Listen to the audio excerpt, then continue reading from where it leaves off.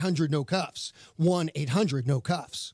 Hey, John Ireland here. If you're looking to sell your home, call Seller's Advantage. They'll make you a cash offer, no need for repairs. They buy as is. With Seller's Advantage, there are no agents. They can close in days, and they buy with cash. They'll even offer a $10,000 advance to help with moving and other expenses. Check out their reviews online and call for a no-obligation offer at 888-390-AS-IS, 888-390-2747, and visit sellersadvantage.com. Prescriptions require an online consultation with a healthcare provider who will determine if appropriate. Restrictions apply. See website for details and important safety information. Subscription required. Price varies based on product and subscription plan. Hi, I'm Dr. Peter Stahl, board-certified urologist and senior vice president of men's sexual health at HIMSS. In my 12 years of practice as a reproductive urologist, I've helped many guys with ED, and it has never been more convenient to treat than it is right now, thanks to HIMSS. It really wasn't easy before. You had to take time out of your day, come to a physical office, and see a specialist like me in person. Now, through HIMSS.com, you can get world-class sexual health care and a full range of treatment options for ED through a 100% online process. It starts with a free assessment from a medical provider licensed in your state who can determine if ED treatment is right for you. If prescribed, your medication is shipped to you for free. So don't wait. Join the hundreds of thousands of guys who've gotten help for their ED through HIMSS. To start your free online visit and find ED treatment at up to 95% off brand name prices, go to hims.com/joy. That's hims.com/joy for your free online visit. ESPN 710, Los Angeles Sports. And it is the biggest show on the radio. Mason and Ireland is on for your Monday afternoon. Mason, Ireland, best show on the radio. Here we go, Monday, a Michelob Ultra Reaction Monday. Michelob Ultra, 2.6 carbs, 95 calories. It's only worth it if you enjoy it. Don't look now, but Steve Mason's missing a day to talk about the greatness of his LA Rams yesterday against the Seahawks. Let's hear the sound. Now 2nd and 6, bootleg left side. He flicks his hips. He fires. He's going deep. DeMarcus brought it in with one hand in the end zone for a walk-off touchdown. 39 yards. DeMarcus calls game. He sticks a right hand up, brings it in and pins it to his shoulder pad. And LA gets out of the Pacific Northwest with a 26-20 overtime win. JB Long, you heard it here on 710. Plus, what's going on with USC? Well, luckily, a Trojan himself, Andy Kamenetsky, is sitting in. Momo Ramona Shelburne's here. Yes, Mason and Ireland taking the day off. Well, John has an excuse. We've got Lakers basketball coming up against the Pistons this afternoon, which you'll hear right here on 710 ESPN. By the way, USC women's college basketball won today against Ole Miss up in Petty. Tonight, we've got the men's opener against Chattanooga, plus more Kings hockey. All of that on the ESPN LA app. Don't miss it right now. The biggest show on the radio. Mason and Ireland, your Monday afternoon right now. You've got the touch, people. Good afternoon. Good afternoon. Andy Kamenetsky, Ramona Shelburne in for the guys. Where are they? Where the hell are they? Mace went to a parade. Yeah. And, did the ding thing, he was on the Dodgers run. Now, I don't think he was getting up at 7 in the morning to do those shows with Greg, was he? No. But he got up pretty early. I think he was here around 8:30. That day? I mean, he usually gets 10 hours of sleep a night. So he's like LeBron. So this is going to take out Mace for the next several days. Probably, the fact that he woke up early one Friday with the weekend coming. Yes. That's right. He's gone today and tomorrow. Yes. Listen, it takes a lot to be Steve Mason. It takes a village also, to create a Mace. He is the dog father right now. Juan is out of town. He's been taking care of the dogs by himself. It's a lot. Okay, so between waking up early one day in 2024 and we are now in November, by the way. And watching more than one dog at once, Mace is out for a couple days. That makes sense. Yeah. That makes a lot of sense. Well, there was a lot of games he had to watch, too. Those Dodger games, that was a lot. Oh, it was. He had to go to the Dodger games. I mean, look, we are lucky. We should consider ourselves fortunate that Mace will be back by the end of this week. I was not planning to go to the Clippers and Clippers and Spurs tonight because I have been to so many games lately. I've been like, Laker games and Clipper games. I was there Saturday night at the Clipper game. And then there's the Sixers in town. I was like, you know what? I think I'll just skip the Spurs, even though I want to see the Spurs. But now I'm going to go to the Spurs because there's this, whole thing going on over there. Speaking of stuff you've been traveling for. Yeah. I immediately thought, Momo, of you when the news broke about Lonzo Ball's wrist. I was right there. I had interviewed him earlier that day. I know. Didn't say anything about his wrist. I knew that you had traveled to Chicago in order to do a piece on Lonzo, who, thankfully, I mean, was awesome for like a week that Lonzo was able to get back on the court. Yeah. He had worked so hard and gone through so many different procedures and all these different things to get back on the court with his knees, and now he's got a wrist injury. Yeah, it's not that bad. I think it'll be a couple weeks, but either way, it was just really disappointing because they had actually gotten off to a good start. Like the Bulls are 3-2, or I think maybe I don't know what they did their last game, but they were doing pretty well. And I thought they were sort of a nice surprise to the year for the NBA. And Lonzo was playing great. He was one of the best stories, and I was trying to get that story out because it's a good story and let's go. And that's why I took the red eye to go get there that night. I was like, oh, okay. Yeah. I didn't say that maybe it's me because I had not talked to him until he had already had the injury. I am kind of a jinx sometimes. I did not want to go there, Momo, because I know you have acknowledged your jinx factor, and I know you can sometimes take it to heart. I do. So I didn't want to go there. I know, like poor Ronda Rousey. I know. She was fine until I showed up. You basically destroyed that woman's career. You ended her, Momo. Like, you ended her more than anyone she ever fought. Well, maybe Amanda Nunes, I think, actually, if I had to say who beat down Ronda Rousey worse. Holly Holm? She knocked her out. Holly Holm knocked her out. Yeah, but she got up again after that. After you destroyed her, she never got up again. Okay. She was done. Like, absolutely. She's like done. When's the last time you've even heard of this woman? She's out. She's gone. If you watch wrestling, you hear of her. She does WWE. She had to completely reinvent herself to escape what you put on her, Momo. I know. I don't. It's on me. I know it's me. It's okay. I did some sage. I did some smudging. Okay, I want to actually ask you a question that Laura asked me before the show, and I know she asked BC as well. Did you have to manually change any of your clocks today? And if so, which? Yesterday, I had to change the clock in my car. Okay. I have not figured out. I have not figured out how to change the one on the oven and microwave yet. Oh, those are the three. Yeah. These are in the year of our Lord 2024, in the age of everything being linked up to either Apples or smart Androids, homes smart everything. Yeah, I don't have a smart home. Those are the only things left that you have to manually change. Me neither. I just think the smart homes is like somebody's listening to everything. I have an Alexa. And I don't want Alexa. Everything. I don't want her. She got to listen to everything I'm saying. I don't want her to know. And she records everything. Like, listen, I need to stop I don't her. want to bring this up I'm not. This is going to come off like I'm bringing this up lightly, okay? And I don't want it to be. But like Jackson Hayes in the Ring video, that Ring camera was going. That was terrible. That came out on TMZ. That's going to be an issue for him and the Lakers now. That was like what 2021. I believe it was 2021. I don't know how that didn't come out earlier. Okay, but. Something with TMZ has their ways, but like that Ring camera's always on. There's always cameras. I guess I have a Nest camera. Probably already know. We have all surrendered our privacy like decades ago. Like the idea that I think my phone is listening to us right now. 100%. I'm not talking to you, Siri. I can't tell you how many ads I see. Like either on. She just look. It's going. I said, I'm not talking to you, Siri. And it says, sorry, I don't understand. Siri's like, yeah, you are. Yeah, you are. Yeah, you are. Alexa does that to me when I'll say something and then she'll be like, sorry, I did not understand. I didn't even say Alexa. Do you ever say, I'm not talking to you? No, and just like, it's weird for me to talk back to it like it's a person. My various feeds, whether you're talking about, say, Facebook or Google or whatever, I get so many ads for the stuff that I do reads for Locked On Lakers. Whoa. Like, that's how I know this stuff is listening. Yes. Because I will start getting reads for all the different things that, like, Skims, for example. Skims just became a sponsor of Well, it's probably in your Locked email. On. Isn't that in your email? If it is, we only got, like, one. We got maybe one email about Skims. Okay, but it's in your email. Maybe. Yeah, I guess so. I guess that's what it's from. And you probably published that.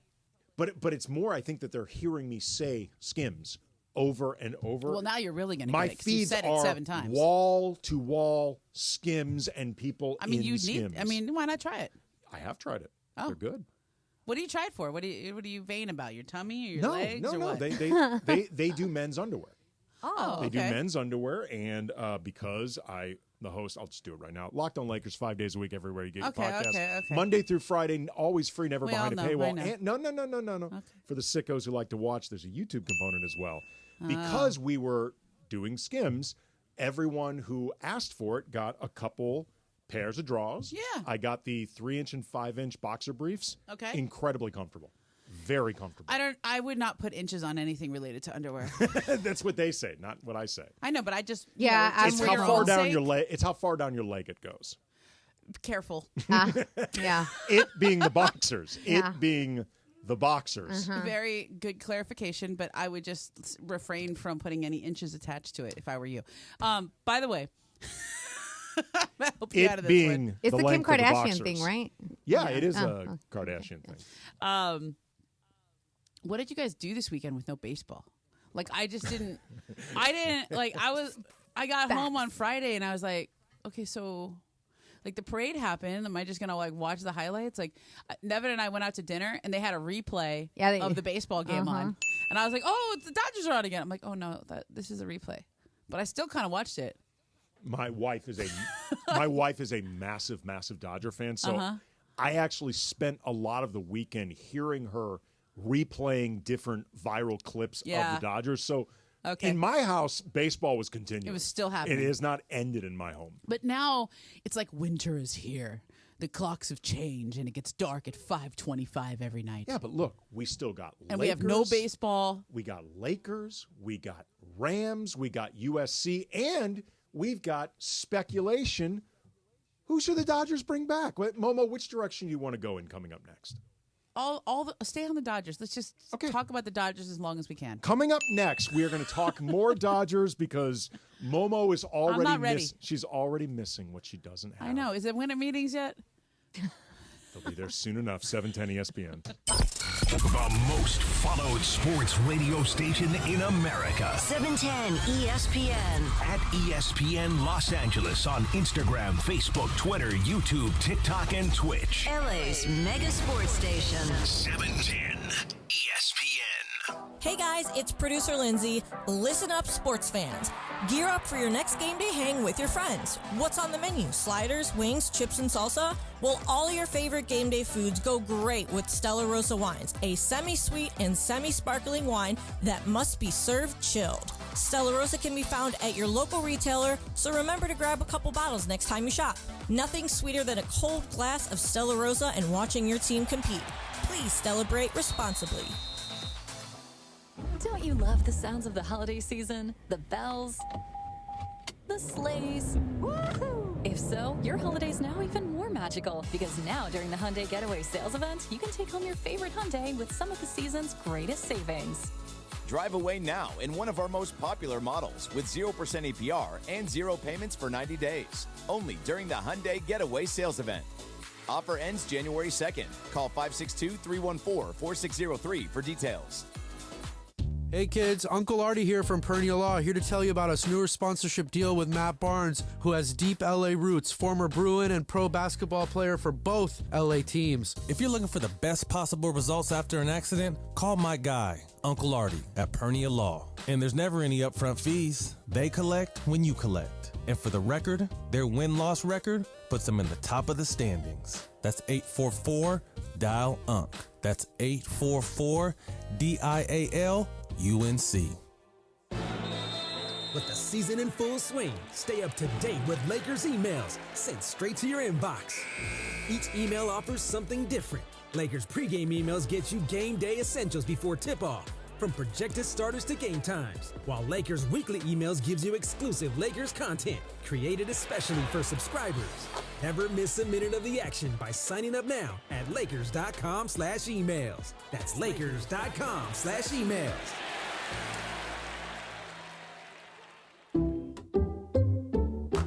Some people people just know they could save hundreds on car insurance by checking Allstate first. Like, to check that your seats aren't in the visitor section first, before buying tickets. I'm so excited for this game. I can't believe you got us tickets. Me too. Wait, are we on the wrong side? Yeah, checking first is smart. So check Allstate first for a quote that could save you hundreds. This is going to be a long game. You're in good hands with Allstate. Savings vary, subject to terms, conditions, and availability. Allstate Fire and Casualty Insurance Company and Affiliates, Northbrook, Illinois. Finding the right employee for your company is tough. One wrong hire can be a major setback. You're not alone if you face this. A recent survey by Robert Half shows nearly half of hiring managers readily admit to making a bad hire. Luckily, there's a solution. With Robert Half's specialized recruiter's experience, combined with our award-winning AI, you can have the right skilled professional in place quickly. We understand what it takes to build winning teams because at Robert Half, we know talent. Discover how we can help at roberthalf.com/talent. It is Mason and Ireland on 710 ESPN. Don't get it twisted, yo. The most downloaded sports radio show in Los Angeles. The podcast, that is. Mason and Ireland, the #1 most downloaded sports podcast in Los Angeles. The #1 most downloaded sports podcast in Los Angeles. And we thank all of our podcast listeners for that. If you ever miss a moment, get your fill anytime. Just search Mason and Ireland wherever you get your podcast. Could you tell where my head was at when you found me? Me and you went to hell. This is actually a song I know because I have a daughter. So she keeps me in with what's cool right now. The song's cool. My kids aren't old enough yet. I'm still like listening Blippi and Peppa Pig. Oh, I was going to ask. Okay. Peppa Pig. First of all, Peppa Pig, shout out. Yeah, don't talk about Peppa. No, she's great. I have a Peppa Pig shirt. Yeah. My daughter got it for me when she was maybe like 6 or something. And she got it as like a joke. Yeah. Thinking I wouldn't wear it. I'm like, Yeah. I'll wear it. Yeah, that's I my love girl. Peppa. Is it Bluey? Is that different? No, Bluey's got nothing on Peppa. No, but you said, because you said Peppa and somebody else. Blippi. Blippi. And then Do you there's guys know Bluey, that right? Blippi had to sell out? Blippi was so popular and so in demand. And then apparently Blippi got married and had a kid and couldn't do it anymore, but just sold off the Blippi franchise to several different people who dress up as Blippi and use his name and use and perform as Blippi. I didn't know that. Yeah. My brother. Read about it. My brother got his daughter a Bluey Hachimura shirt. It's that's pretty fantastic. cool. That's pretty cool. Shout out CJ Toledano who That's made amazing. those. Okay. It's fantastic. What does Rui think about that? Is he getting some kickback on that? I don't know. I don't Yeah? actually know if Rui has a percentage or at least a free shirt. CJ's an honorable guy, so Yeah. I'd like to think that he sent something along to the Hachimura estate. But Probably it's pretty some merch. awesome. Yeah. It's Sounds pretty like awesome. A merch play. All right, so you want to keep baseball enveloped around you, Momo. You do not want to let these Dodgers go. It makes sense. I mean, we could talk Rams if you want. That was an We exciting got game. plenty of time. We got plenty of time. We got plenty of season. There's only so many more days between now and the winter meetings where, frankly, it feels Yeah. like the Dodgers are even top of mind, where they're relevant. Yeah, I mean, I think the city of Los Angeles is still basking in the Dodger glow. Everywhere I drive, there's people selling shirts. There's still flags up. I think it's a way of not dealing with what's going to happen tomorrow. Whatever happens tomorrow, it's going to be a big deal, election-wise. And I think it's let's just stay in this Dodger blue heaven bubble. Well, it's also Wouldn't that be nice? It's also I would love that. Everything else out. you didn't just get a parade for 2024. You got a parade for Yeah. 2020. You're right. And a lot of the players involved with the 2024 championship were involved with 2020. Yeah. So it's not exactly like celebrating 2020, but it was a bit of a twofer parade. I mean, look, I feel like it was. Look at these tweets I'm getting, okay? Mookie Betts, this is from David SFV, San Fernando Valley, okay? Mookie Betts, fresh off his World Series, played in a random bowling tournament at Valencia Lanes in Santa Clarita. Imagine being the dude who got first place. He finished second, apparently. So funny. He the first guy who posted this. Mookie finished second in a random scratch tournament at a bowling alley in suburban SoCal this week. Kike Hernandez was at Raising Cane's at a fry machine today. Yeah. I think it was this in is the Alhambra, content I right? need today. Yeah. Right? It's happy. It's happy Yeah. content, like you said.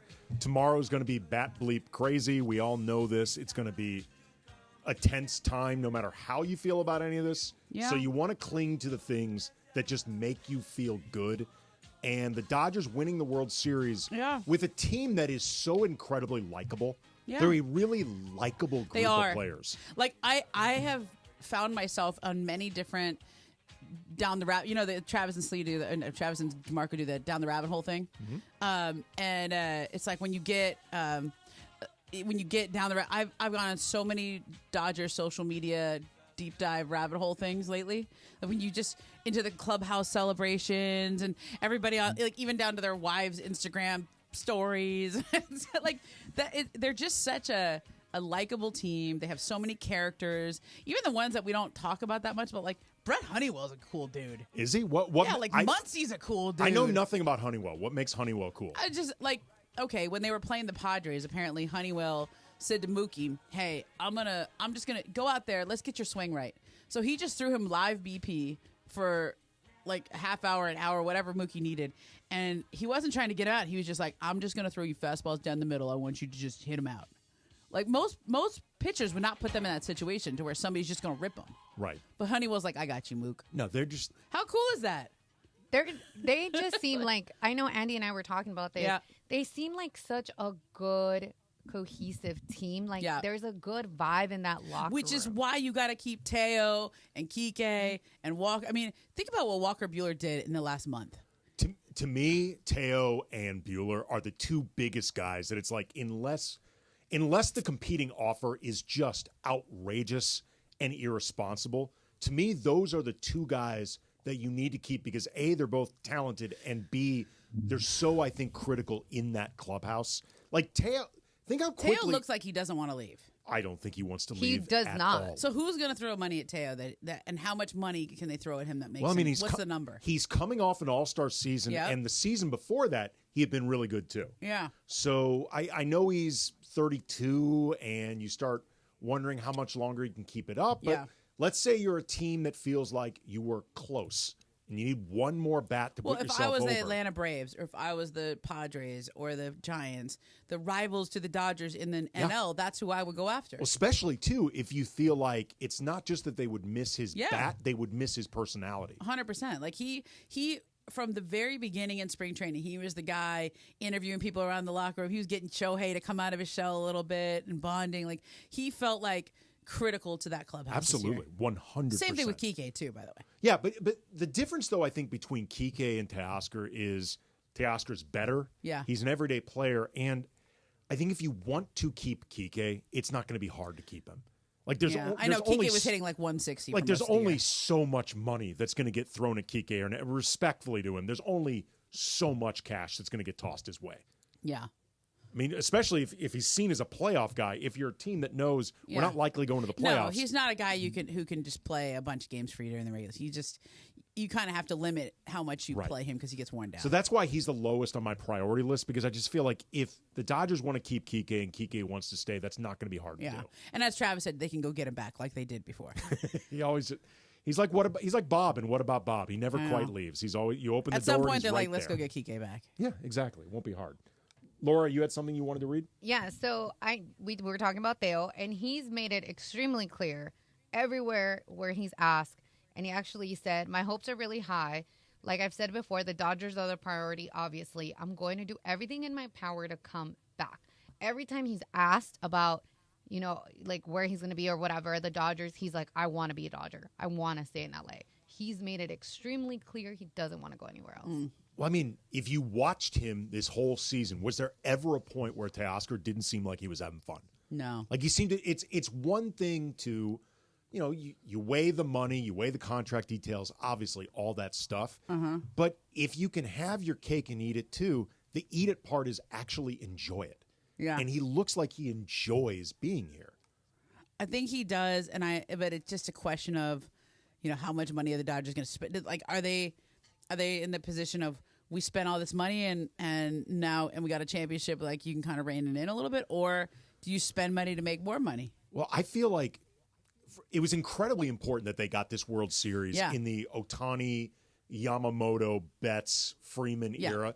I think it was incredibly important that they got this thing right out of the gate, because now it's not hanging over. Yeah.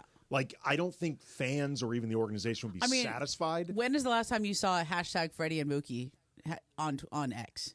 Remember 2 years ago, it was all about the collective batting average of Freddie and Mookie in the playoffs, and it just weighed on them, and the stats looked worse and worse and worse. If they did not win the World Series, like all the different noise, whether you're talking about Dave Roberts, whether you're talking about Mookie and Freddie, whether you're talking about was it an overpay for Ohtani, was it can he not handle the bright moments once he actually deals with them, Yamamoto, all down the line, that goes away now. And, like, nobody's going to be satisfied with just one, but the noise is different. Like, there's always going to be noise around the Dodgers because they're the Dodgers, but it's different noise. It was so important that they just won this thing right out of the gate. Yeah. And also, like, Shohei pays for himself. Yamamoto paid for himself to this year. Like, when you show up in October and you have the kind of start he did in Game 2, that pays for you pay for yourself. Yeah, I know he was hurt all year. I mean, he was out for half the year, basically. Same thing with Glass now. He had a great first half and then just kind of ran out of steam. Well, he's the one that, honestly, I'm worried about moving forward. Yeah, but they'll just have to manage him differently. You have to build him up. You have to manage him differently. Like, clearly, you should not pitch him as many innings and as many games as you did. Or maybe they go with the 6-man rotation next year. Maybe Shohei's back in the rotation. Maybe you move Glass now into your long reliever spot. That is true. I mean, there's a lot of different ways they can go with him. If Ohtani is going to be pitching, it actually makes sense to go 6-man, just so he pitches less frequently. Correct. So it's not too taxing on him. Yeah, I mean, theoretically they'll get Dustin May back at some point, right? Does he become your closer? I mean, I believe in Blake Treinen, and I think that he was critical for them, obviously, at the end there. Like, the one thing this Dodger run showed is that bullpen parts can be somewhat interchangeable. Yeah, absolutely. He was so important for them this year, but there were stretches where he would get worn down and he would get hit. There was same thing with Evan Phillips or Vestia or whoever it was. Like, when guys are going good, but you're pitching them a lot, they're going to have some rough spots. Yeah, it's also just generally speaking, it is so hard to predict a season for a reliever. Right. It's just even the guys that are really, like, there's a reason that somebody like Kenley Jansen held down that spot for so long. It's because he was the exception that proved the rule when it came to reliability. Yeah. Like, most of these guys are something of a crapshoot. I think there's even a path for Kenley to come back next year. That would be interesting. I mean, he was, he can still do it. Like, he's not throwing that hard. He doesn't have electric stuff, but he's reliable. He gets outs. Maybe become a setup man or seventh inning guy, something like that. All right, coming up next, we got the Wheel of Questions. Laura is going to spin. Andy Kamenetsky, Ramona Shelburne in for the guys, 710 ESPN. Every thrill of the Lake Show happens here. Down low, Anthony Davis jumps the pass. Picked up by Reeves. Reeves into the front court. Reeves to LeBron. Slam dunk. 710 ESPN. How do you like them apples?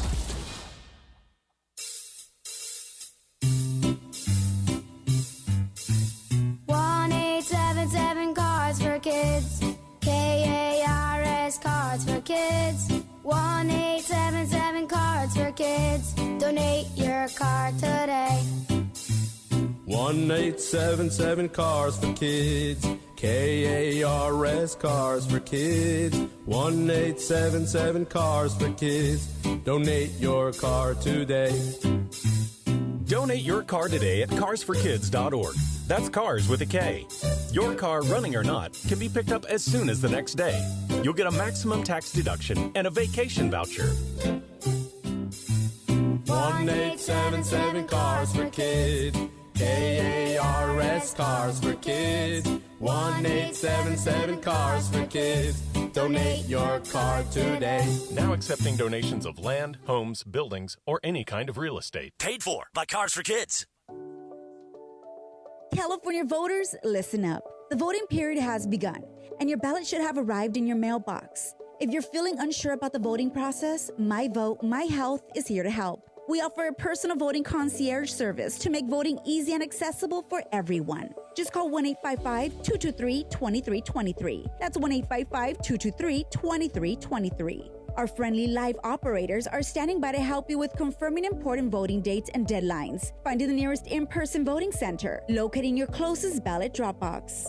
Whether you prefer to vote by mail, drop off your ballot, or vote in person, we are here to guide you every step of the way. Remember, the last day to vote in person or drop off or mail in your ballot is Tuesday, November 5th. Your vote matters. Don't wait until the last minute. Call us today and let us help you plan your vote. For your personal voting concierge, call 1-855-223-2323.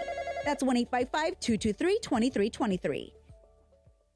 Hey, John Ireland here. Are you looking to sell your home quickly and easily without having to deal with repairs or the worry of buyers qualifying for new high-interest rate loans? Call Seller's Advantage. With thousands of satisfied customers, they're the go-to choice for homeowners looking to sell their homes fast. They'll buy your home for a competitive cash offer and can close in just days, not weeks or months. No repairs are needed because they buy homes as is. They have an A-plus rating with the Better Business Bureau. Seller's Advantage is the fastest and most stress-free way to sell your home.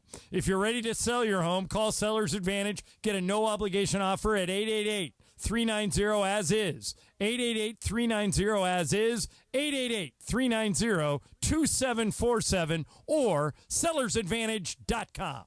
Don't worry, sell happy with Seller's Advantage. It is Mason and Ireland on 710 ESPN. Don't get it twisted, yo. The most downloaded sports radio show in Los Angeles. The podcast, that is. Mason and Ireland, the #1 most downloaded sports podcast in Los Angeles. The #1 most downloaded sports podcast in Los Angeles, and we thank all of our podcast listeners for that. If you ever miss a moment, get your fill anytime. Just search Mason and Ireland wherever you get your podcast.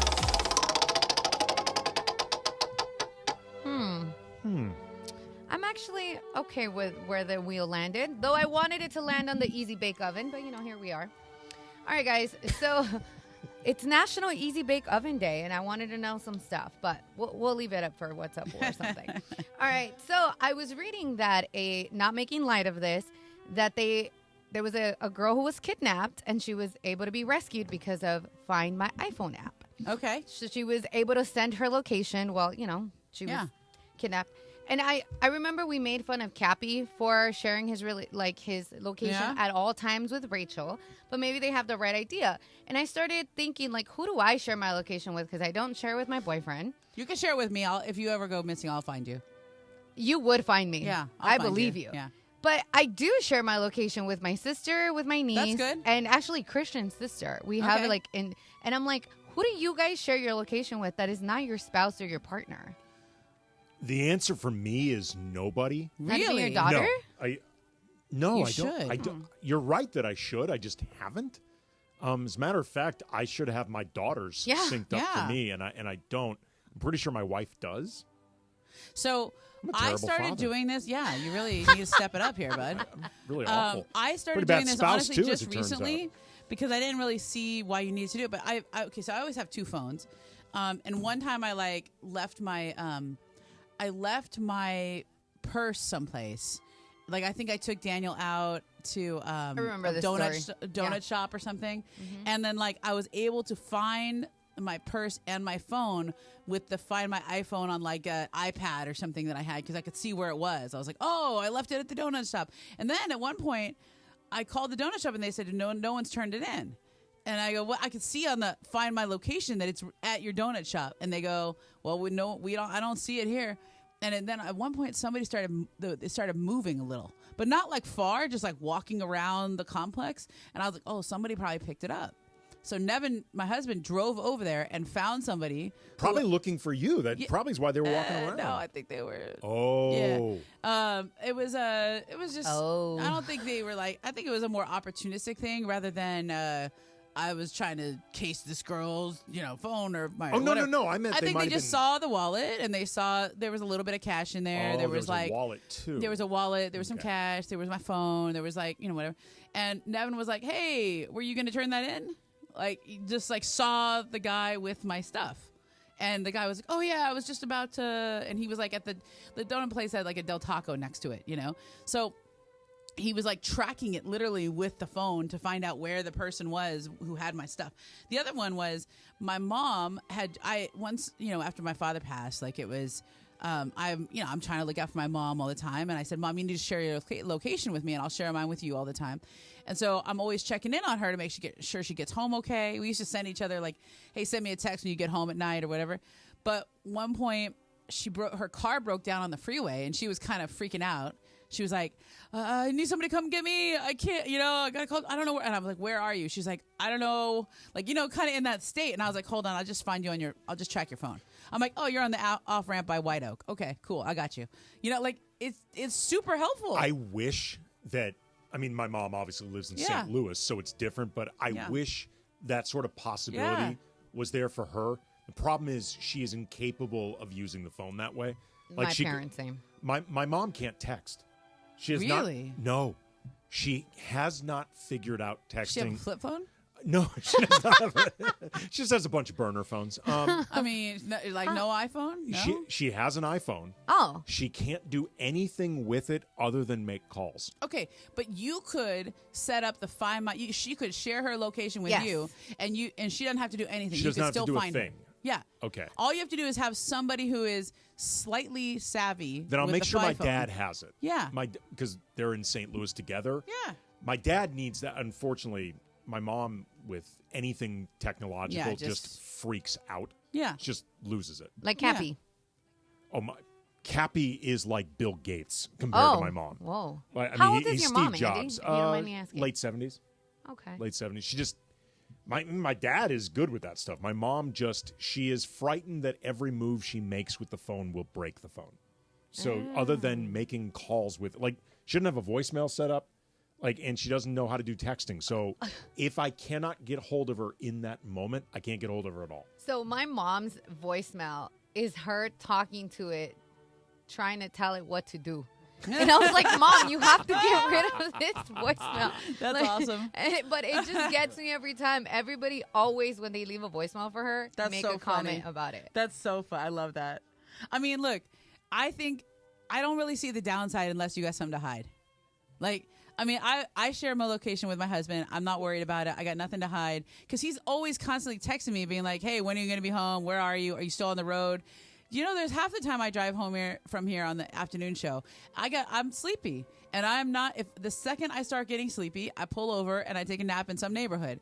If you see me in my car, just don't knock. I'm probably sleeping. Okay, like that. But I'm like, once those signs on the freeway, drowsy driving, pull over. Oh yeah, that's for me. If I even get a little not enough, I pull over because I got two kids and we're not going out like that. So you've taken naps on the freeway? No, on the freeway, whatever off ramp. That's what I'm. Oh, so you haven't pulled over the shoulder. The second I go, okay, next off ramp, like that, and I go straight and I pull into whatever neighborhood, gas station parking lot, supermarket parking lot. I just roll my seat back and go to bed. So if you're in the valley, 20 minutes. if you're in the valley, there's a decent chance you could pull up somewhere and see you sleeping. Yes. Nice. Just mind your business, though. If you see Momo you pulled sleeping, up on me sleeping once.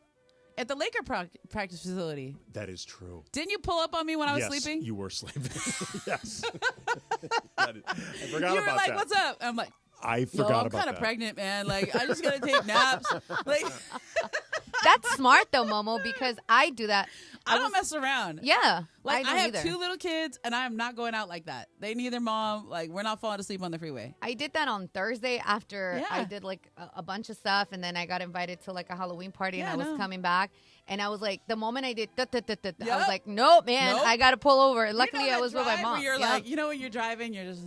Look, man. The second you do that once, get on the It pays freeway. to be safe. When I was in college my freshman year, I was in a car. We were driving back late, and our driver fell asleep, and we flipped on the freeway. Woo! So, it was Damn. I was in the shotgun seat. Yep. The passenger seat actually got taken off Ooh. in mid-roll. If I had not been wearing a seatbelt, I likely would have been killed. Damn. So, pull over. PSA for everyone listening right now. It's not worth it. If you're ever tired. What's the worst that's going to happen? Somebody going to knock on your door and be like, you can't sleep here, ma'am. Right. And then you just say, so what you do, let me tell you how you sleep in your car. Is this not what you bargained for with this question, did you? The wheel of questions. It's okay. Okay. So the way you pull over, you always got to lock your doors. Because you don't want, somebody might knock on your window, but as long as your door's locked, you're all right. Mm-hmm. Right? And then the key, take your seat all the way down. All the way down. Because if you're only halfway up, then people kind of see you. But if you're all the way down, they just don't see anybody there. Then put some sunglasses on. Because they can't really tell that you're sleeping. I mean, you probably are, but at least you got some sunglasses on. Or put something over your face, like a shirt or whatever. Well, I mean, if somebody walks by and they see a person with the seat leaned all the way back and something over their face, my assumption is that person's asleep. Yeah, but if you lean your seat all the way back, you can't. You're so far back, like somebody has to look into the window to see you. Okay, and like I do it in the parking lot here at LA Live all the time. I got an hour to kill. Yeah, let's go. I'm with You never Momo. know. You might what am I walk. gonna do with that hour? You might leave the lazy dog one day, go downstairs in the parking lot, and there's Momo sleeping. I sleep in my driveway all the time. I sleep around the corner from my house all the time. That's actually okay, Momo. It's great because as soon as I walk in, I gotta be mom. Right, but so like I'm like, that's you know what? dangerous. I'm not quite ready to be mom yet. Good night. 10 minutes. See, I wish I could do that. I'm such a bad sleeper. Oh. I don't think I could do this. Certainly not on a regular I'm basis. not a great sleeper, but if I'm in the car, I'm a good sleeper. Oh, and also That's get not a white noise app on your phone, so that you just play like the white noise. It's like an app. You can do that everywhere you go. And then you set your alarms. You don't sleep too long. It's like. Now everybody knows my secret. And they know where to just drive around aimlessly if they want to find you sleeping. My neighbors must see me sleeping all the time because for a while I could just sleep in my driveway, but then the kids hear me pull up and it doesn't matter. It's like knock on the window. So now I just park around the corner and there's this one house where like they walk their dogs all the time and I know they've seen me sleeping in the car, but I just say like I'm sorry. As soon as I go home, they're gonna want to meet mom, and I'm not ready. I need another 10, 15 minutes. So it's good to know, by the way, too, that like various times where I like may try to get a hold of you and I can't. And it's like, oh, Momo's working some stories, working sources. She's just somewhere in her neighborhood sleeping. Yeah. Decent chance. The best is like if you can find spots in your neighborhood where there's not a driveway right there or they can't see directly into your car. Because it is a little weird to sleep outside of somebody's house. Like a little bit, like you're like pulling up to your neighbor's house. You're like, I'm just going to take a little snooze here. There's a brick wall there. There's some trees, and you're not so. I had no anticipation of this going here, and it is delightful. Coming up next, little sports graffiti. Call in. You got, what is it, 24 seconds? 15 seconds. 15 seconds to talk about whatever you want, including random spots that you sleep. Andy Kamenetsky, Ramona Shelburne, Mason and Or Ireland. the Rams. Or the Rams. That's where you sleep. 710 ESPN. 710 ESPN, the destination for LA sports this fall. Here comes LeBron and slam dunk right in Paul George's face and a foul. Lakers basketball. Got it back. Another three. Good. What a night for Austin Reeves. Rams football. Cup of the six. Cup to the pylon. Touchdown, Cooper Cup. Touchdown, LA. The USC Trojans. Hands off the marks. Up the middle. Into the end zone. Touchdown. They're going wild in half of this stadium as the Trojans are going to pull off the upset. How do you do? LAFC. Oh, flip for LA Football Club. The LA Kings and Angels baseball. The all-new ESPN LA app, your destination for LA sports. Being convicted of a DUI is not a glorified traffic ticket. It's a criminal conviction. Take it seriously and make them prove their case. I'm attorney Darren Kavanoki, founder of 1-800-NO-CUFFS, and what you don't know can and will hurt you. Call 1-800-NO-CUFFS, 1-800-NO-CUFFS. Diabetes, high blood pressure, anxiety meds, everyone's on them. If you're a 50-year-old male, maybe a bit porky, and you may even have type 2 diabetes, $1 million of term insurance may only cost you about $200 a month. Call Term Provider. Speak with Big Lou at 800-777-1225. Big Lou will find a term life policy for you even if you have type 2 diabetes, are overweight, or have high blood pressure. Term Provider has helped thousands of people like you who think they can't afford term life insurance. To buy $1 million of affordable term life for you, all you need to do is call Big Lou at 800-777-1225. Lou will make sure the scales are tipped in your favor. Call 800-777-1225. 1225. Big Lou will answer your call and work to fit you into a term life policy that you can afford. Remember, Big Lou's like you. He's on meds too. Call 800-777-1225. 800-777-1225 or biglou.com.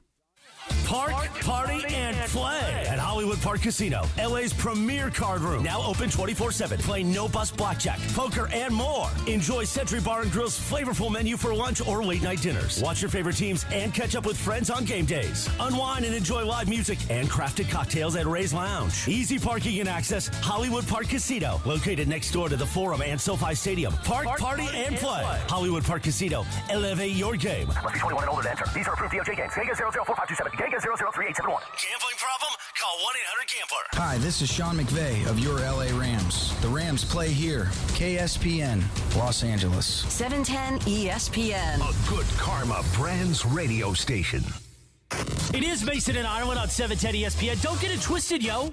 The most downloaded sports radio show in Los Angeles. The podcast, that is. Mason and Ireland, the #1 most downloaded sports podcast in Los Angeles. The #1 most downloaded sports podcast in Los Angeles. And we thank all of our podcast listeners for that. If you ever miss a moment, get your fill anytime. Just search Mason and Ireland wherever you get your podcast.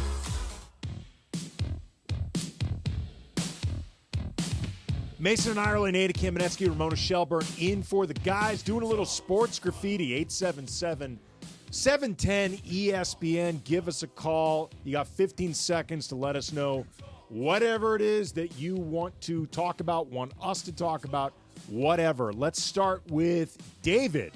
You're on Sports Graffiti. What's up, David? Hey, I just wanted to talk about the emergence of Jared Verse and Brandon Fisk on that Rams D line.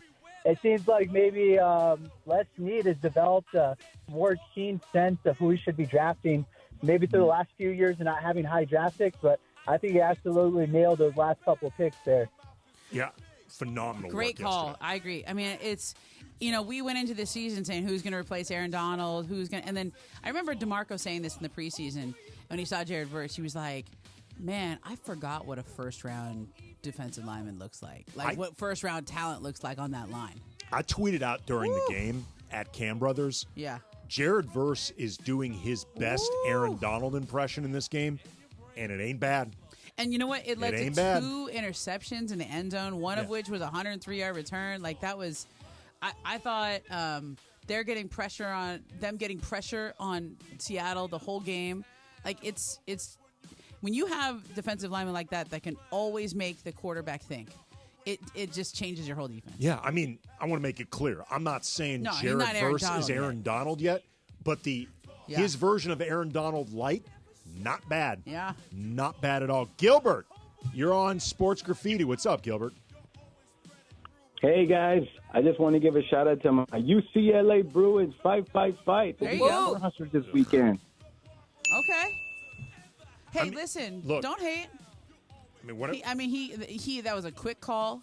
That was a shout out to UCLA. That's a big matchup coming up. I mean, first of all, what am I going to say about him? Like, when I'm rooting for SC and they're underachieving. I know. Anything UCLA does well, that's overachieving. Yeah. That's performing beyond their station. So what am I going to complain about? Yeah. Other than SC. We're going to talk about them later in the show. It is the Lincoln Riley era. Train. Woo. Not going well. Are they losing one of the top players? They are losing perhaps one of their top players, and I am growing increasingly convinced, and this goes back to last season, that Lincoln Riley is not built for this environment. I'm not sure he is built for L.A.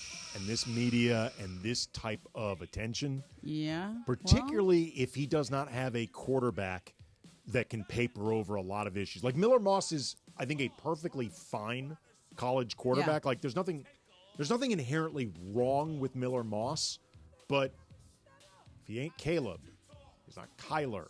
Yeah. Not Jalen Hurts. I mean, I'm going to give them a little pass in the sense that I think it takes some time to adjust to Big Ten type of football. Like, I think they've lost in the trenches mostly, close games, but it's a different style of football than they play in the Pac-10 or Pac-12 now, or whatever the heck it is. The Pac-3. Big Ten. Whoever's Big Ten. left. Who's left of the Pac-12? I don't know. Whatever that is now. It's sad to me because that was my conference champions. My conference, too. It is now the corpse of the Pac-12. Yeah. The zombie Pac-12. But it's a different style of football in the Big Ten. So, it's an adjustment year. Caleb's gone, et cetera. There's just too many close games that they should have won. It's also, too, we'll get into it. It's also the way Lincoln Riley talks about these losses. Like the quote, it's not like we're getting our ass kicked. Yep. Yeah. Wrong thing to say. Yeah. We'll get into it more. Laura, you got a tweet. So I have a message, a tweet that says, yo, this is me. I nod off all the time because of my commute. Now hearing you and Momo, in capital letters, do the same thing, I won't be a hero anymore and keep driving. Every time. I know. I'm actually really happy we talked about this. Me too.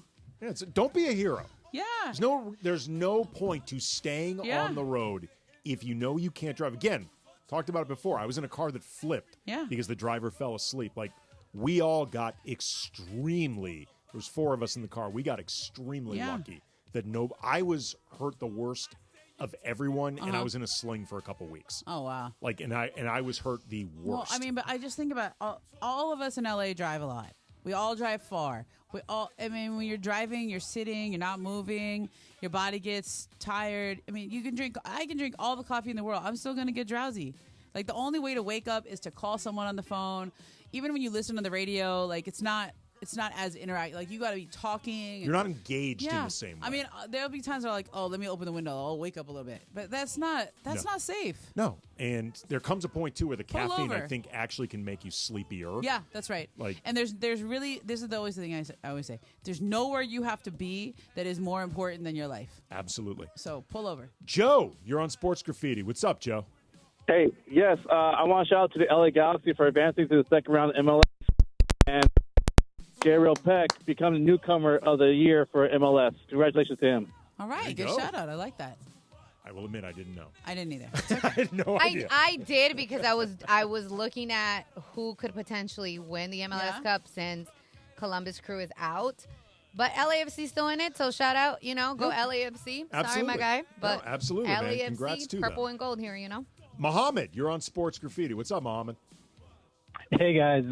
So 2 things. The first one is I'm actually glad that the Rams won, and I'm glad that they're doing good because I'm a Chiefs fan, and I'm really looking forward to another Super Bowl matchup with them.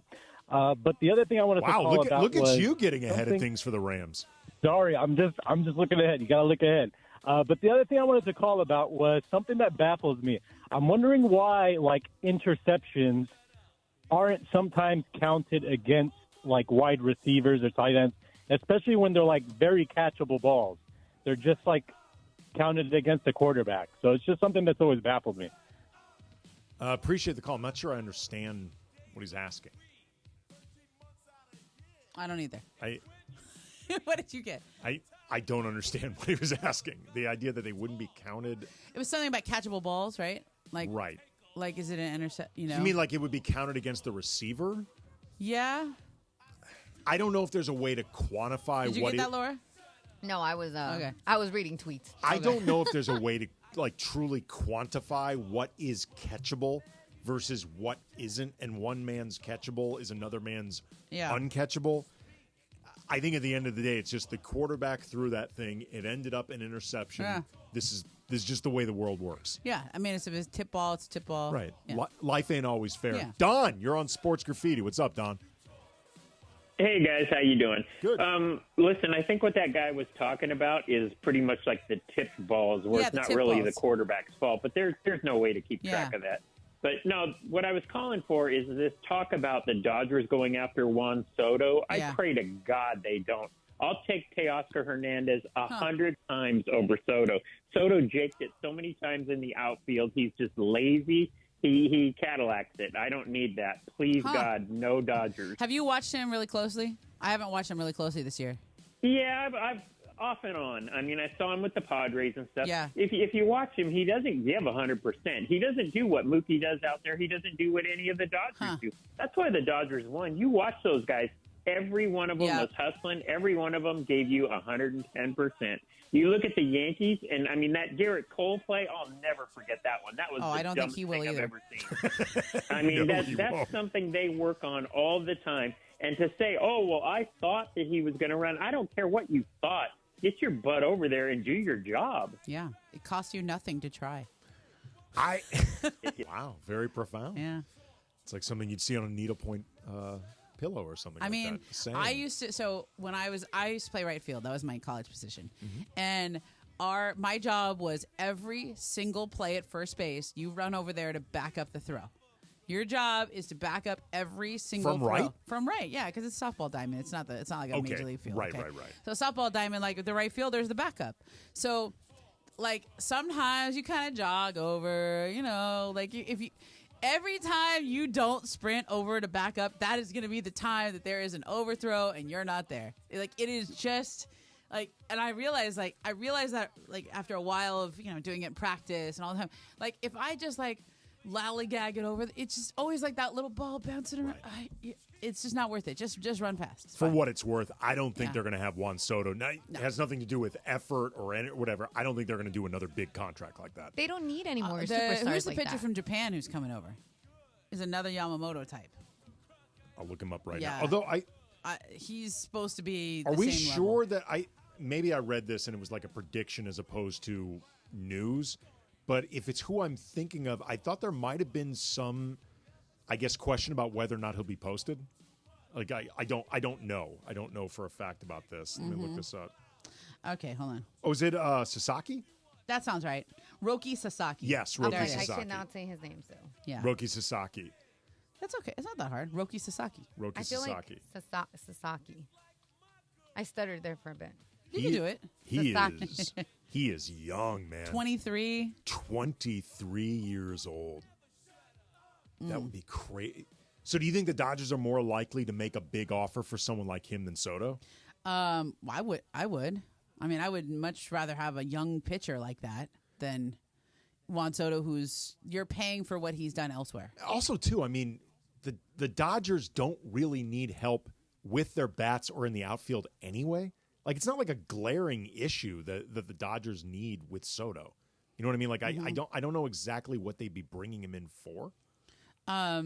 Yeah. Well, there's. I mean, I know talent plays. I know he's talented. Don't get me wrong. I understand how great he is, but given the long-term contracts this team already has, I would be surprised if they invested more long-term money at that position. That's all I'm saying. I get that he's talented. That's not the point. I mean, I think something it was just what the caller said about the way he plays outfield. I haven't watched him as closely as I would have somebody on the Dodgers, right?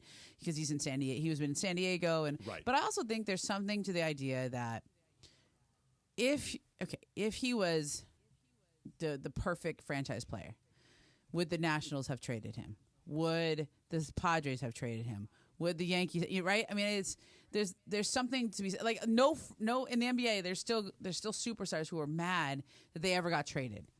Like Kevin Durant actually got traded. Kobe multiple times. Yeah, I guess twice. Yeah, to Brooklyn. It was theoretically a sign and trade, but most like Kevin Garnett's still mad that he got traded to Boston. Still mad, even though he wanted to be. I was going to say he kind of demanded a trade. Yeah, he wanted to be traded, and yet he's still mad because if you're that level of player, like I mean, I don't know how the Red Sox can ever forgive themselves for trading Mookie Betts. How do you live with that? It's so funny. My wife is a massive Dodger fan, but she does not follow baseball beyond the Dodgers. Yeah. So unless it's somebody that's been in the NL West for a while that she's just seen play the Dodgers regularly, she doesn't know any other player. So when the Dodgers got Mookie, she was like, "Is this that big of a deal?" She's like, "Is it really?" I mean, I was like, "Oh my God, you have no idea." So no, I knew it was a big deal, but I didn't know how good Mookie Betts was until when you watch him play every day. So, like, yeah, he had great stats. He was good in the World Series that year. I mean, I thought he was a good player.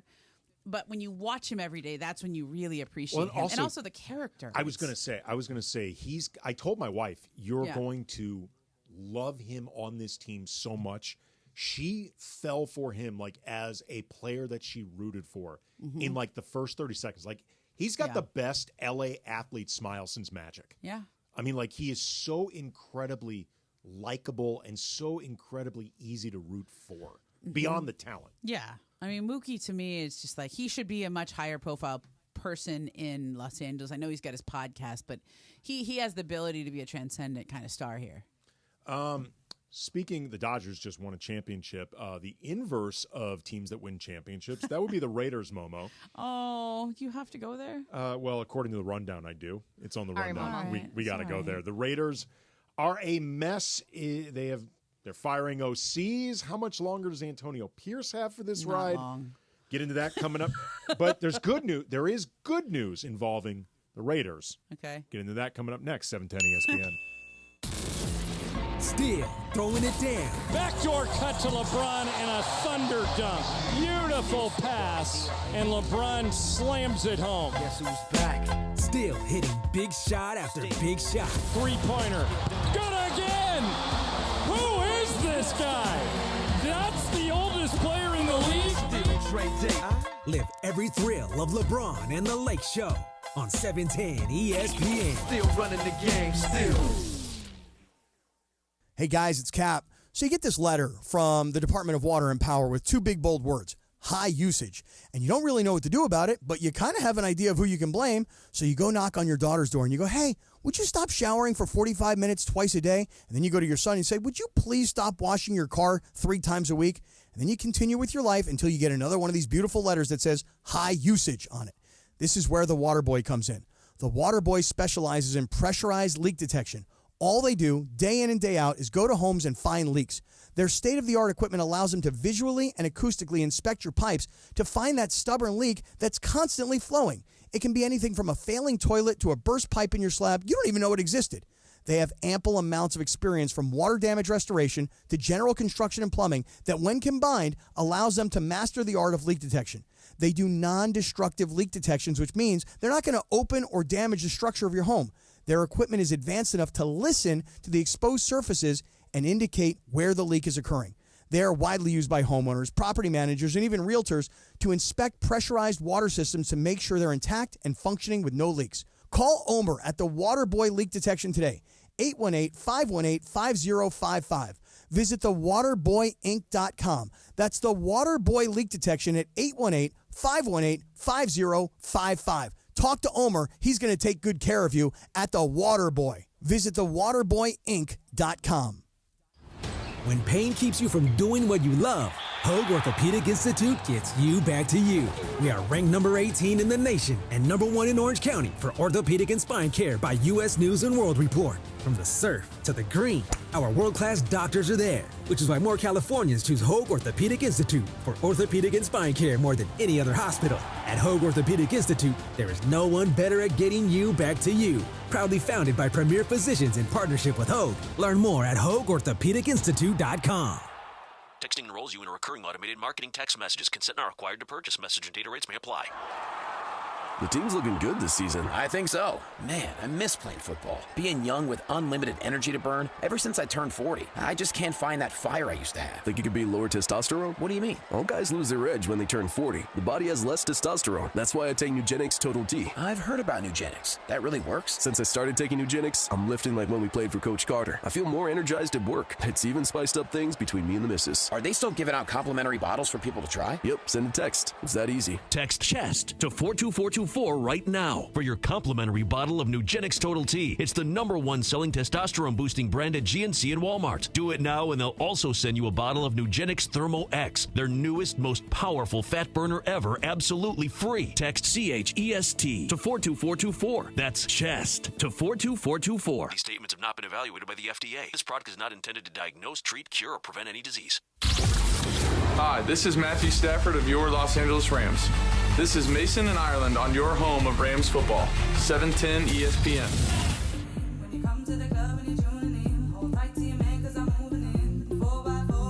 So if you are a Raider fan, there is not much to cling to happiness-wise right now, I imagine, Momo.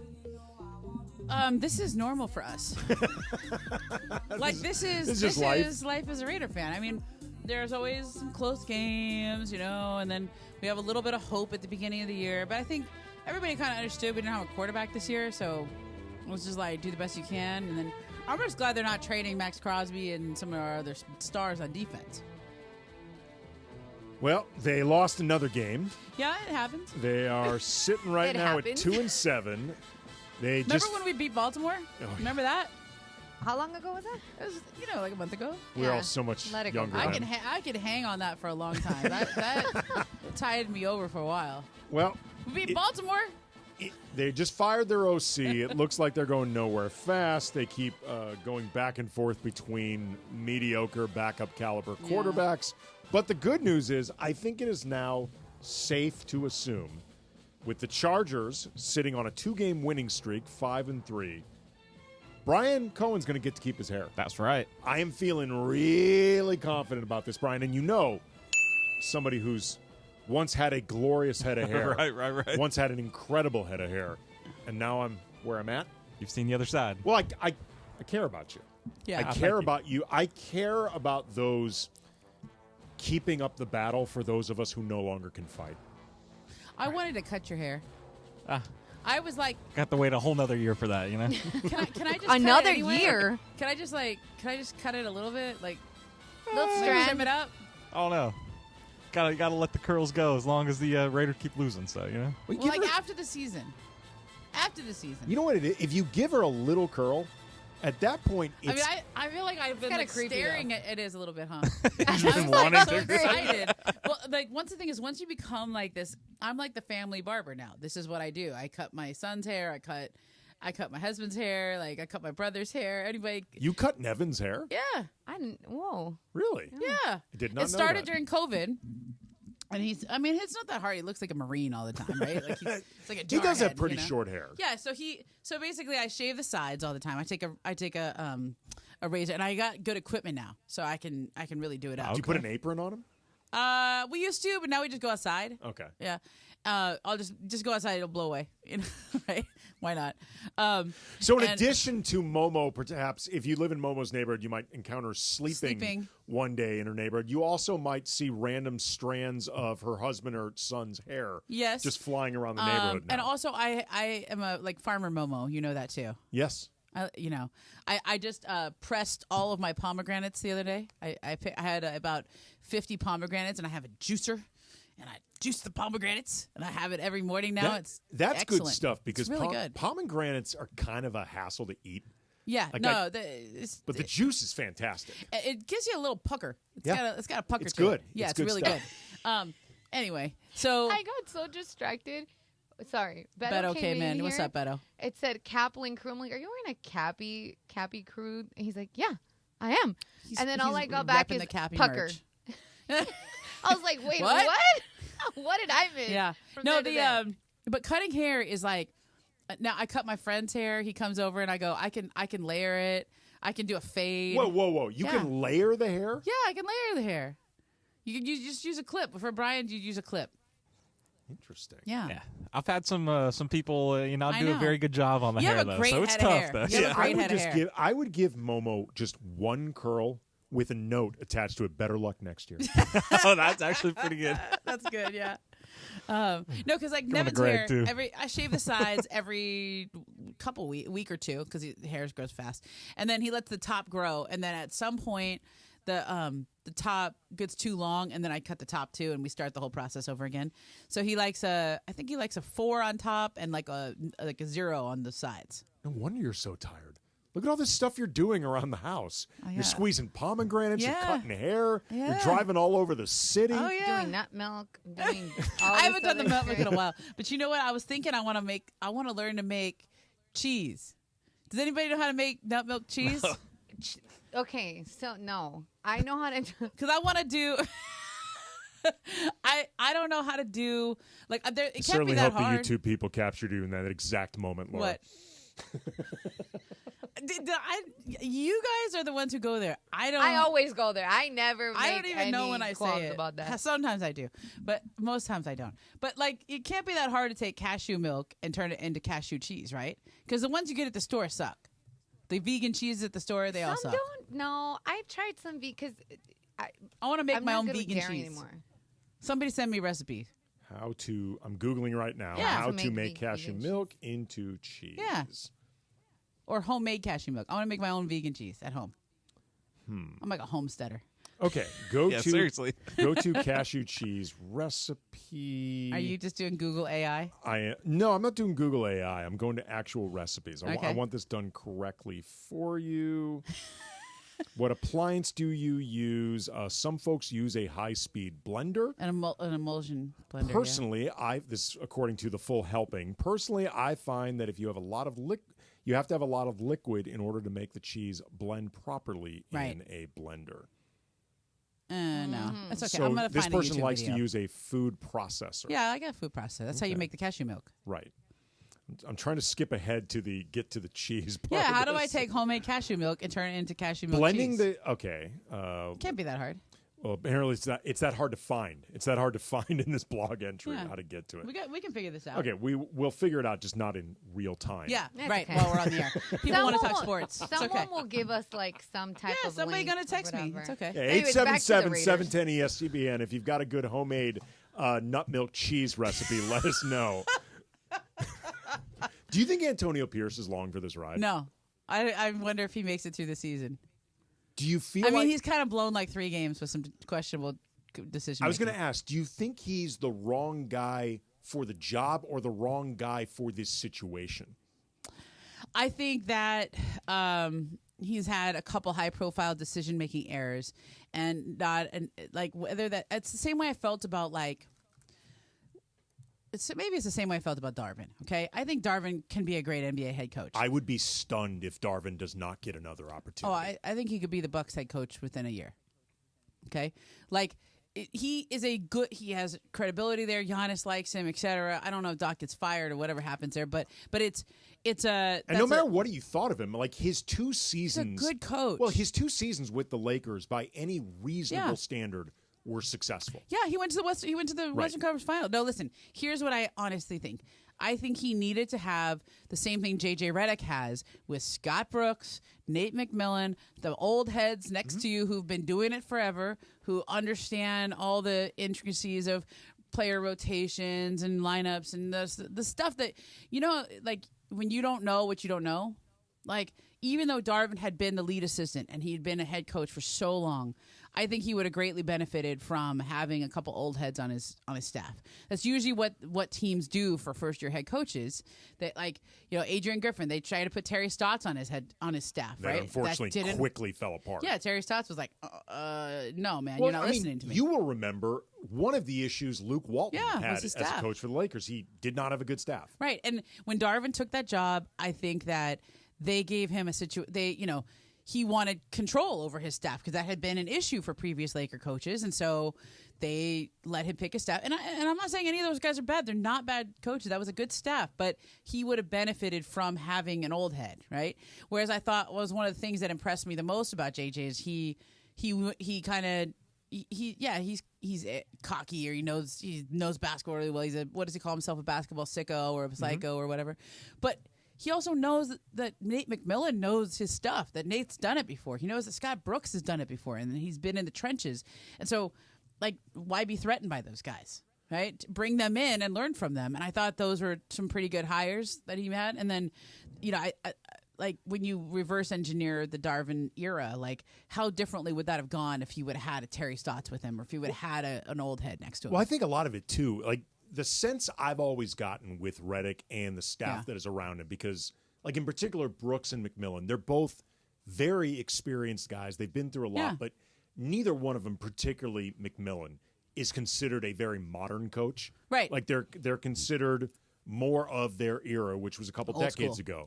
I've always gotten the sense that when the Lakers hired Redick, it was very much the idea that he has a strong, specific, multi-layered vision of what he wants on both sides of the ball. He's not looking for those guys to figure out what he wants. He's looking for those guys to help him implement it and communicate it. That's and a great way to put it, make sure guys are on the same page. If they're not on the same page, let's use your experience of working with groups over different seasons. Both of them, McMillan and Brooks, have had success. It feels to me like it's more about not figuring out what Redick wants, but how you go about getting it. Yeah.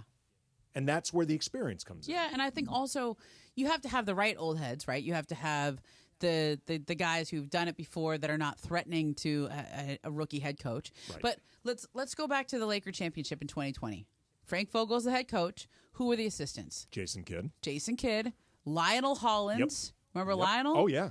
I mean, Lionel was the head coach in Memphis forever. He was a nice voice in the room, somebody who's been there and I think done that. he coached the Nets, too. Yeah, he coached I think when they were in New Jersey. Yeah, I mean, no, Lionel Hollins had been around forever. Jason Kidd obviously is, I mean, in all honesty, I think the Lakers' first choice really was Jason Kidd the whole time. I did too. But because of issues in his past with domestic violence, I think they felt uncomfortable hiring him. Also, he hadn't proven himself as a head coach. He did. Like his two previous stints in Brooklyn and Milwaukee had not gone well. He got fired. Very, very. Well, chaotic. I guess Brooklyn he left on his own, but yeah. Well, he sort of engineered his way out. It was awkward. Yeah. Very, very strange. But but Jason Kidd is somebody that is universally respected among players. Lionel Hollins, you're not going to intimidate him if you're a player. Same thing with Nate McMillan. Yeah. Like Nate McMillan is not going to back down from any player. Yeah. And so I think having a staff like that is it can only help. I don't see how it would hurt. Yeah. Coming up with the Lakers, I want to talk about where they stand right now in terms of they're 4-2 and the record is good. And I think if you asked most Laker fans 6 games into the season, if the Lakers were 4-2, would you be happy? I think most of them would say yes.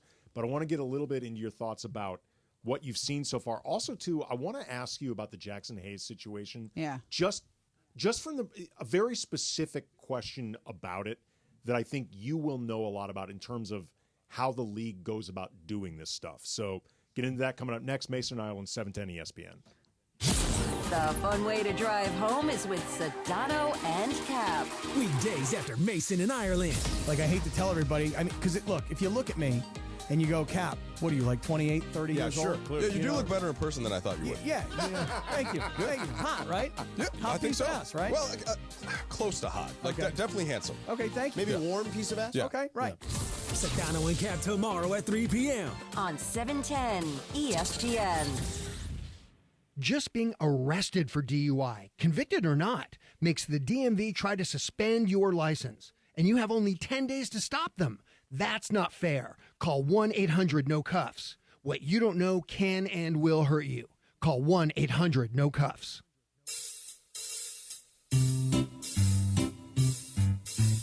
1-877 Cards for Kids. KARS Cards for Kids. 1-877 Cards for Kids. Donate your card today. 1-877 Cars for Kids. KARS Cars for Kids. 1-877 Cars for Kids. Donate your car today. Donate your car today at carsforkids.org. That's cars with a K. Your car, running or not, can be picked up as soon as the next day. You'll get a maximum tax deduction and a vacation voucher. 1-877 Cars for Kids. KARS Cars for Kids. 1-877 Cars for Kids. Donate your car today. Now accepting donations of land, homes, buildings, or any kind of real estate. Paid for by Cars for Kids. You've seen him on the roast of Tom Brady, and you've heard him host the #1 podcast in the world, Kill Tony. Now see Tony Hinchcliffe perform stand-up comedy live at Fantasy Springs Resort Casino, Saturday, November 16th. The man behind millions of views worldwide and countless sold-out shows brings his stand-up set to you. Critics call him a must-see. Don't miss this stand-up comedian, writer, podcast host, and professional wordsmith, Tony Hinchcliffe. Tickets on sale now at FantasySpringsResort.com.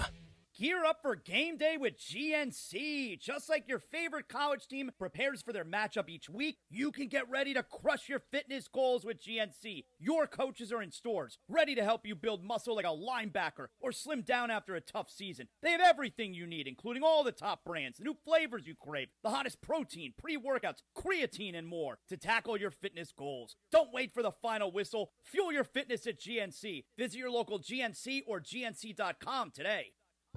Life insurance. Why are you putting it off? Can't afford it? Too much hassle? Think you don't need it? There's lots of excuses for putting off life insurance. But if you weren't there, who would pay the mortgage and other bills? With Ethos, you could be covered in 10 minutes and boom, family protected. Ethos, fast and easy online term life insurance. Up to $2 million in coverage with no medical exam. Some policies as low as $1 a day. Answer a few health questions and get your free quote at getethos.com. That's getethos.com.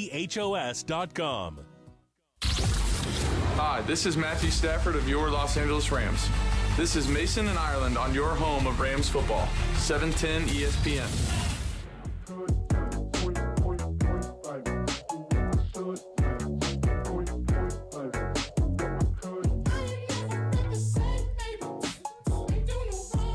Mason and Ireland, Andy Kamenetsky, Ramona Shelburne, Beto Duran in studio, but Such a paparazzi right here. But has insisted He he's doesn't not have to talk. He's not going to talk. I just wanted to come in and take a picture of you with the hoodie on because I you got know. them locked on. Is there a YouTube component of that? There is a YouTube component. That's all I wanted. I just came to take a picture.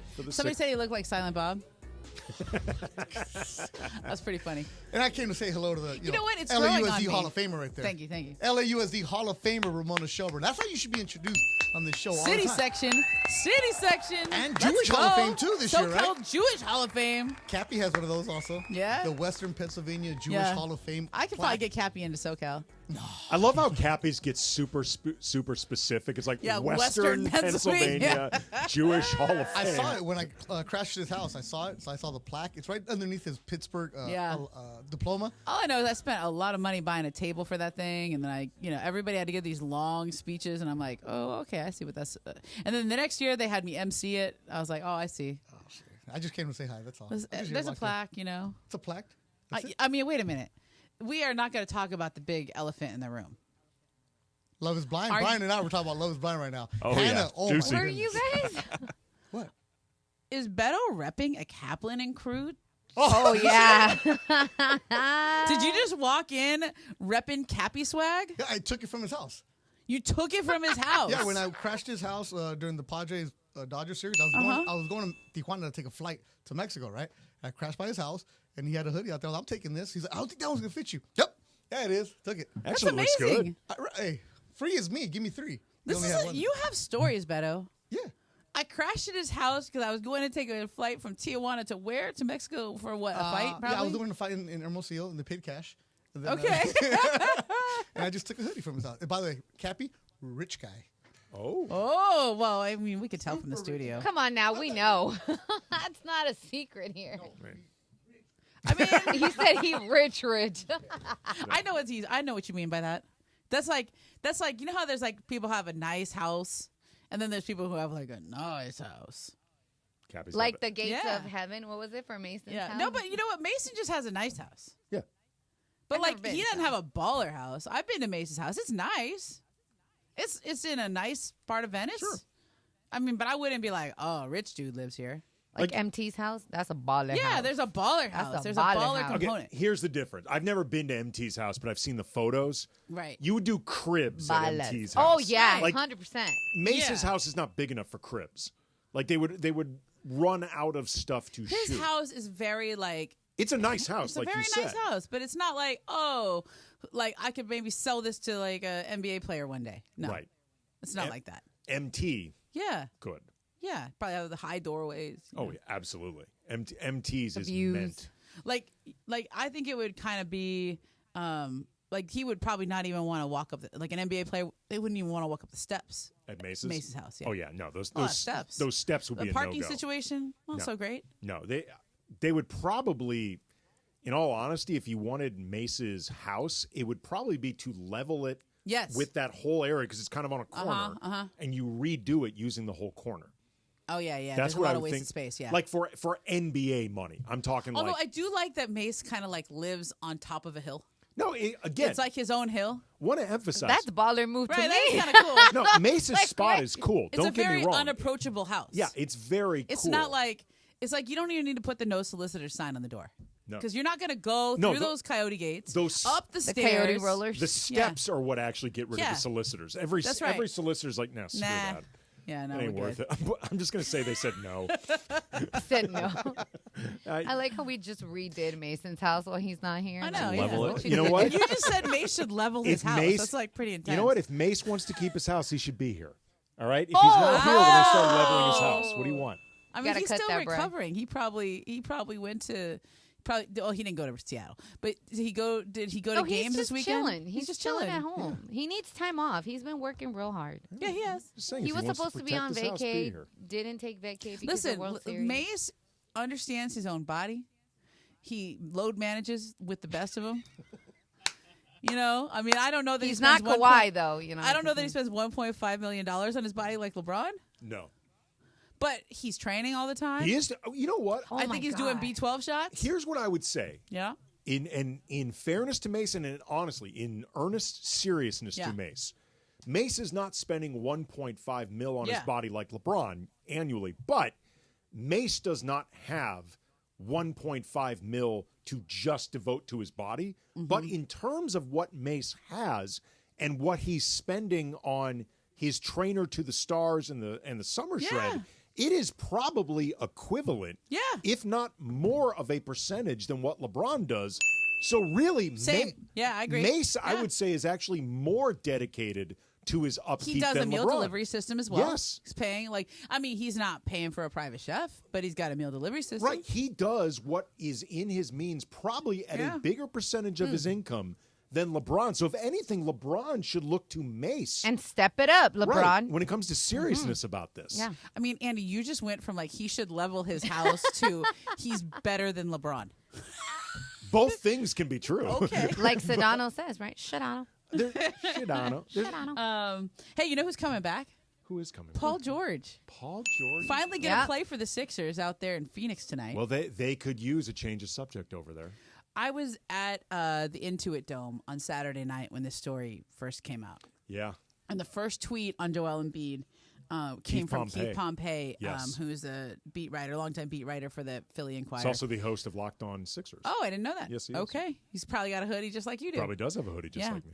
Or a beanie. A beanie. Yeah, that's right. It's a beanie. Well, he might have a hoodie too. He might. Yeah. He's been there longer than me, so Yeah. maybe they gave out hoodies one year. So he tweeted something like, tonight's the night Sixer fans are going to remember because they fell to 1-4. And Embiid assaulted. Joel Embiid assaulted a reporter in the locker room. Yeah. Woo. Respectfully, we needed A little more clarification. more clarification. I think assaulted was probably too strong of a word to Yeah, but it use. was so I did I spent the whole first half in the press room making calls on what actually happened, et cetera. And, Embiid was mad at this columnist for the Inquirer, Marcus Hayes, who had written a column a week ago, by the way, October 23rd. So it was like this has been brewing. It's been sitting on his stomach pretty hard. And it stepped over a line. Yeah, it did. And in the column, basically, you're fair to criticize Embiid for not playing or not being ready to start the season after the Olympics, after signing a max extension, etc. But the way he did it in the column was to say Joel often talks about his young son Arthur and how he wants to be a good example for him. Arthur was named after his brother who was killed in a car accident. Well, the first part of being great at your job is actually showing up for your job. That is crossing a line. Yeah, Absolutely, so unnecessary. 100%. Totally crossing a line. And apparently the column was changed. Like that part was taken out because he literally could have written the same column without bringing Embiid's son or And brother then I into actually it. think there would have been nothing to criticize about it. Yeah. It would have been fine. But Embiid had criticized the columnist at his first availability on Friday, like really By name. And the columnist wasn't there. So I think the next night, Marcus Hayes, I believe is his name. the next night, Marcus came to the game, which is what you're supposed to do. Mm-hmm. You write a column like that, you stand there and let anybody who wants to say something to you say something to you. That's old school journalism. That's what I wish more people did.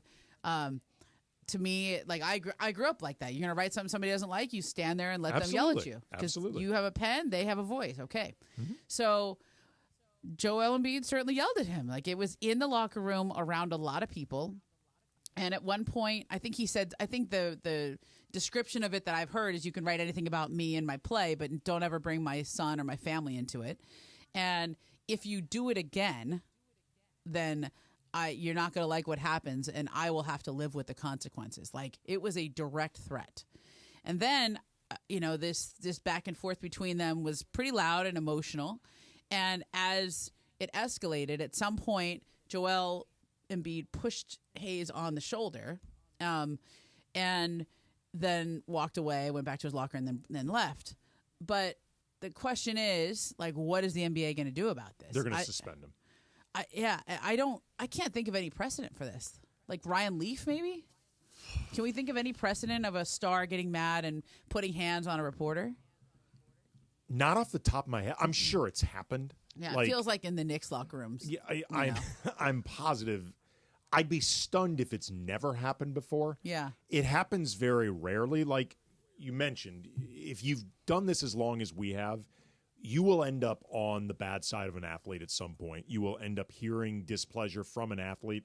I remember one time, it was during Nuggets-Clippers, 2006 playoffs. The first round, remember, everyone expected we were going to finally get the hallway series because the Clippers took out Denver and the Lakers were up 3-1 over the Suns, and they ended up blowing that lead. Yeah. But Kenyon Martin it was when he played for Denver. Yeah. He did something where he got ejected. And I don't remember what exactly happened. But afterwards, he's doing the post-game scrum. And I asked him, like, what did you say or what happened that led to the ejection? And he just looked at me and he goes, nothing. And he's giving me like this stare. Yeah. And I'm like, nothing? And he just goes, nothing. And, like, he's got like a 3-mile stare. Yeah. Like when Kenyon Martin wants to, he can be super intimidating. Yeah. It ended the scrum. Like everyone else in the scrum was like, well, I'm not asking this guy a question. Yeah. And look, to be fair to Kenyon Martin, I've interacted with him a few other times after that. Totally cool. Yeah. But in that moment, he was very unhappy that I asked him about this. I remember there was a few times Kobe bit my head off about a question. Yeah. Like it comes with the territory. I think it is rarely personal. Like as far as it lingering personal. Like because Kobe and my relationship I thought was actually good. I thought we had a good relationship. There's a few times asked a question, didn't like it, let me know. Yeah. It's part of the deal. But this writer Marcus Hayes crossed a line there. Yeah. And I think Embiid crossed the line in how he handled it. Right. And so I'm very curious to see what the NBA does here. I'm curious to see kind of what Marcus does next. I've been looking to see if he tweets anything or writes something. I haven't seen any statement from the Pro Basketball Writers Association. Usually they have some kind of statement. Maybe I missed it, but I haven't seen it. Seen it either. It feels like something's coming here, and it could affect the Sixers even more, but also like the whole NBA, because it's one of those kind of stories. There was a lot of people around too. Sixers are a mess right now. Yeah. Well, Paul George is coming back, so that should help. Oh, John Heyman tweeting out. Oh, is it the real John Heyman? There was somebody impersonating Let me double check before I give potentially bad info. Bob Nightingale also said. Okay. All right. Are we sure it's the real Bob Nightingale? Yes. Check mark and all. Okay.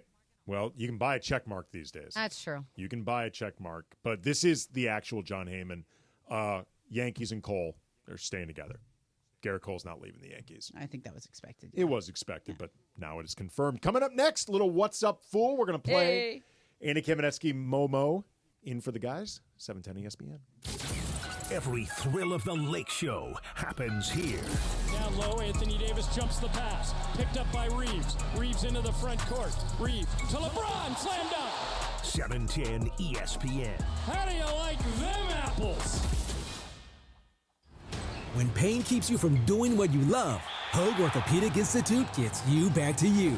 We are ranked number 18 in the nation and number 1 in Orange County for orthopedic and spine care by U.S. News & World Report. From the surf to the green, our world-class doctors are there, which is why more Californians choose Hoag Orthopedic Institute for orthopedic and spine care more than any other hospital. At Hoag Orthopedic Institute, there is no one better at getting you back to you. Proudly founded by premier physicians in partnership with Hoag. Learn more at HoagOrthopedicInstitute.com.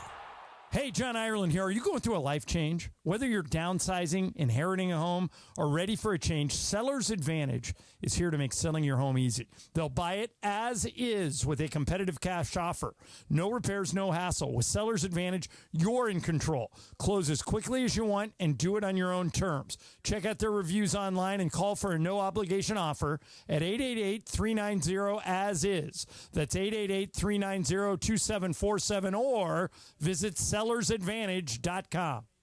Hey, it's Travis here for Prize Picks. You know Prize Picks by now, right? Pick more, pick less. It really is that easy. Why not take what is some of the best times of the year? You got baseball, basketball, football, hockey, everything you can think of, and make it even better with Prize Picks. All you have to do is pick more or less. And right now, you can win up to 100 times your money on Prize Picks with as little as 4 correct picks. There's a reason that Prize Picks is the only real money daily fantasy platform with an injury insurance policy so that your lineups stay in play even if one of your favorite players gets injured. And if your player leaves in the first half and doesn't return, Prize Picks keeps your lineup alive. So why not join Prize Picks? It is the absolute best place to get real money sports action. Join over 10 million users, including me, and sign up today. Put in that promo code 710 when you sign up, and you're going to get $50 instantly when you play your first $5 lineup. Prize Picks. Run your game. Are you looking for your next game day fit, Lakers fans? We've got the latest collection of items to add to your closet this season.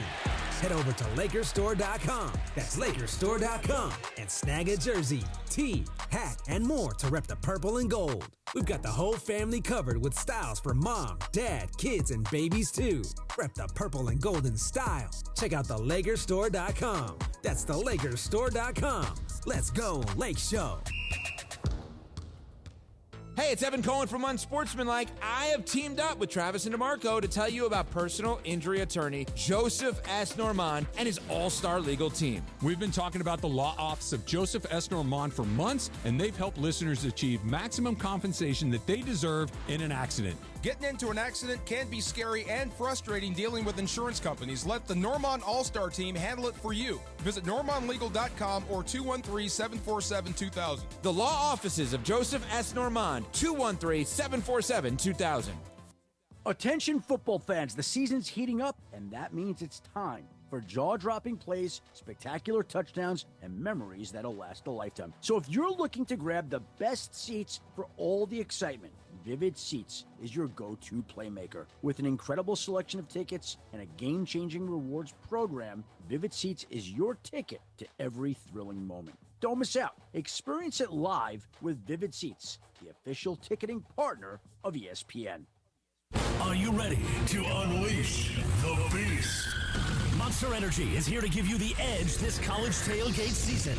Loaded with bold flavors, our powerful blend gives you the energy you need to push you beyond your limits. Tune in all season long with Monster, the energy drink of ESPN Radio College Football Tour. Power your performance with a drink that's as hungry for victory as you are. Crack open an ice-cold Monster and dominate your competition. Monster Energy. Unleash the beast. Grab yours today. It is Mason and Ireland on 710 ESPN. Don't get it twisted, yo. The most downloaded sports radio show in Los Angeles. The podcast, that is. Mason and Ireland, the #1 most downloaded sports podcast in Los Angeles. The #1 most downloaded sports podcast in Los Angeles. And we thank all of our podcast listeners for that. If you ever miss a moment, get your fill anytime. Just search Mason and Ireland wherever you get your podcast. What's Up, Fool is brought to you by Dos Hombres Mezcal. It's fate. It's friendship. It's mezcal. Dos Hombres. All right, guys. So between the parade last week and the New York Marathon, I feel like the signs have been top notch. So I saw these two signs. One of them says, "Run faster than Garrett Cole ran to first," which I thought was pretty good. Genius. The other one said, "Keep going. This can't be worse than the Yankees in the 5th." Okay, that I thought were great, right? Yeah. So I want to know if you guys would be encouraging somebody like running a marathon. Yikes. What would your sign say? Because these are really good. So my cousin Jesse, he is an ultra marathoner. Ultra. He runs 100 Ks. 100 K. What does that He starts translate? running at like 4 in the morning and finishes at like 10 at night. What does that translate into in 60 miles. 60? Yeah, 100K, Wild. 60 miles. Wow. And it's like he runs them all over the place, and it's like crazy. And so last year I was like, okay, he's really into that. His goal is to run 50 ultra marathons before the age of 50. So he's got like 4 more years left. So he's almost there. And I flew up a couple years ago to watch him run because he was running at home. So we were like, okay, we got to cheer him on one time. We got to like go out there and cheer him on and all that, you know. So we all kind of waited at the finish line and waiting for him to come down. And he goes, you know, I'll probably finish around like 8:30. And I was like, I don't know, it's kind of late for my son to be up, but I feel like this is an achievement, man. So I'm gonna go up there and I'm gonna show him, and you know, you keep running. Dude didn't finish until like almost 10. You know, Daniel's like 4, losing his mind at this point, like falling asleep. He was like, I was holding on to him the whole time. And then he's trying to, when we finally saw him coming down the mountain, and we're like, oh, finally he's coming. Because you talk about like location service on your phone. We're like, is he all right? Is he going to finish? Like, when are you getting there? He comes down the hill, and the last like little bit, it's a sprint, and we're trying to be like, go, Jesse. And like, Daniel thinks he wants to go run with him. Like, he wants to, like, run out there and run the last little bit with him. And Jesse's like, sorry, kid, I gotta finish. I don't even want, like, if you told me something is 60 miles away to drive. I know. I'm giving serious thought about whether or not I want to do this. Why in the hell would you ever want to do this? He gets dropped off at 4 a.m. and starts running. And then, and all day long, he was like, is Jesse still running? I'm like, yep. Respectfully, what the hell is up with your psycho cousin? I know. That's crazy. I know. I mean, I'm all proud of myself for making it through one hot yoga class. I'm proud making it through therapy sometimes. So I mean, wow. Crazy. Yeah. That's crazy. That's... I mean, we're talking about running for like 16 to 18 straight hours. That's like, I mean, that's Forrest Gump. Yeah. That's Forrest Gump when he's like running across the country. Yeah. Remember Forrest ran across the country, then ran back, and then he just decided he was done. Yep. That's your cousin. Yeah. I know. And there's all these people who do this. Ultra marathons. So what is I think that people who run a marathon, I don't know what you tell them to keep going. You just, like, they've already made a decision that this sounds like a fun and good idea for them in their lives. And I can't relate to that. No. Because I would not do that. My sister sent me a message because she's listening. She said, this is easy for me. My sign would say, keep going. I got alcohol after. Yeah. I don't think what what drink, though, though, you're right? an ultra marathoner. I don't even know if the alcohol appeals to you. No. Because you're thinking about your next ultra marathon. Yeah. No, well, I was just saying marathon. That Momo took it extensively, like a 60 miles. That's a lot. That's nuts. I know. All right, what else you got? What's up, food? All right, guys, I got one here for you. So the LA Times, they do the celebration, the World Series championship kind of newspaper editions. Today they dropped one about the parade. You know, a pretty sick cover about the buses coming out, head-on shot. They also had one holding up the trophy. You know, all that stuff. Do you guys collect these, championship edition ones? I have one from my father that gave me from 1988. I still have that one framed. That's I have a good 2020 newspaper framed. I'm thinking about getting this one. Can't decide if I like the parade one more or them holding up the trophy. Are you in on collecting the newspapers? Not in it. I'm not in on it for me, but I think it's a cool idea.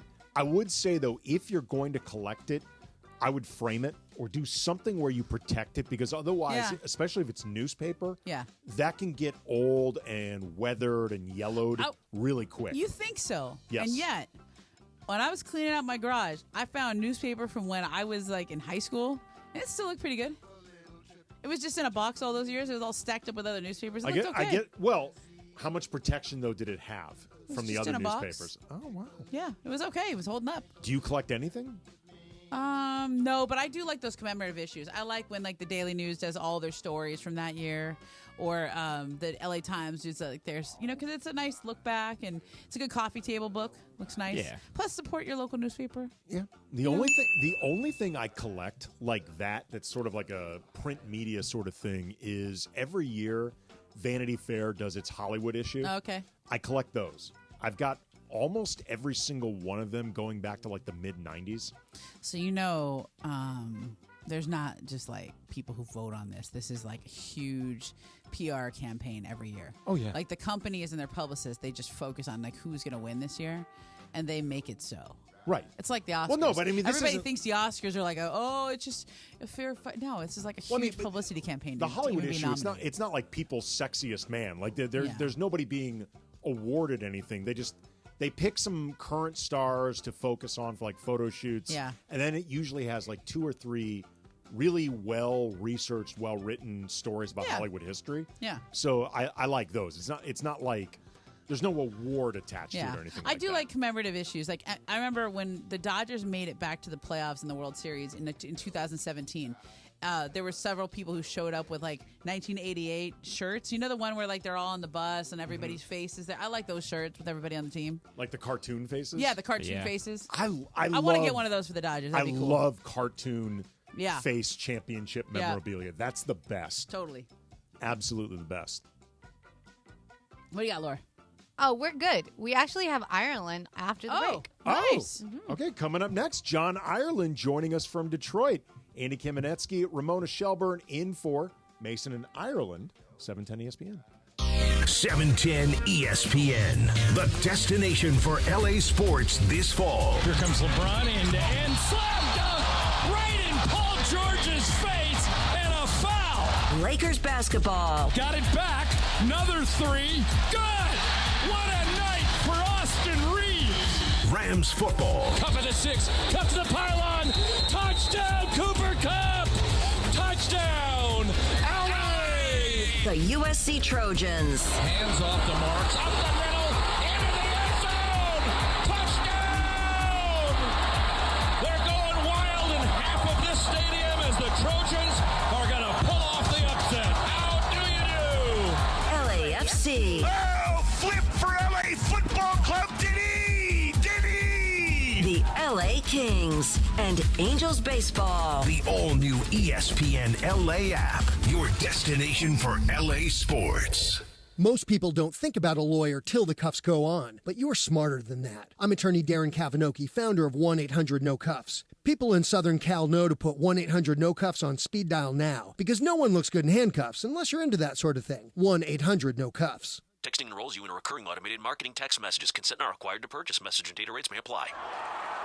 The team's looking good this season. I think so. Man, I miss playing football. Being young with unlimited energy to burn. Ever since I turned 40, I just can't find that fire I used to have. Think it could be lower testosterone? What do you mean? All guys lose their edge when they turn 40. The body has less testosterone. That's why I take Nugenix Total T. I've heard about Nugenix. That really works? Since I started taking Nugenix, I'm lifting like when we played for Coach Carter. I feel more energized at work. It's even spiced up things between me and the missus. Are they still giving out complimentary bottles for people to try? Yep, send a text. It's that easy. Text CHEST to 42424 right now for your complimentary bottle of Nugenix Total T. It's the #1 selling testosterone boosting brand at GNC and Walmart. Do it now and they'll also send you a bottle of Nugenix Thermo X, their newest, most powerful fat burner ever, absolutely free. Text CHEST to 42424. That's CHEST to 42424. These statements have not been evaluated by the FDA. This product is not intended to diagnose, treat, cure, or prevent any disease. Gear up and get out to Kelsey's at Pachanga, the top spot in the Temecula Valley to watch all the Monday night football action. Dozens of TVs means all your favorite games, plus a M&F food menu fit for the greatest fans. Sliders, loaded tater tots, pulled pork pizza, and a lot more. Plus, you'll find beers on tap and incredible craft cocktails at Kelsey's. Visit Pachanga.com and follow at Pachanga Casino on Instagram for info about special and exclusive NFL team appearances. We'll see you at Kelsey's at Pachanga. Hi, it's LeBron. The Lakers play here. 710 ESPN. KSPN, Los Angeles. A Good Karma Brands radio station. It is Mason and Ireland on 710 ESPN. Don't get it twisted, yo. The most downloaded sports radio show in Los Angeles. The podcast, that is. Mason and Ireland, the #1 most downloaded sports podcast in Los Angeles. The #1 most downloaded sports podcast in Los Angeles. And we thank all of our podcast listeners for that. If you ever miss a moment, get your fill anytime. Just search Mason and Ireland wherever you get your podcast.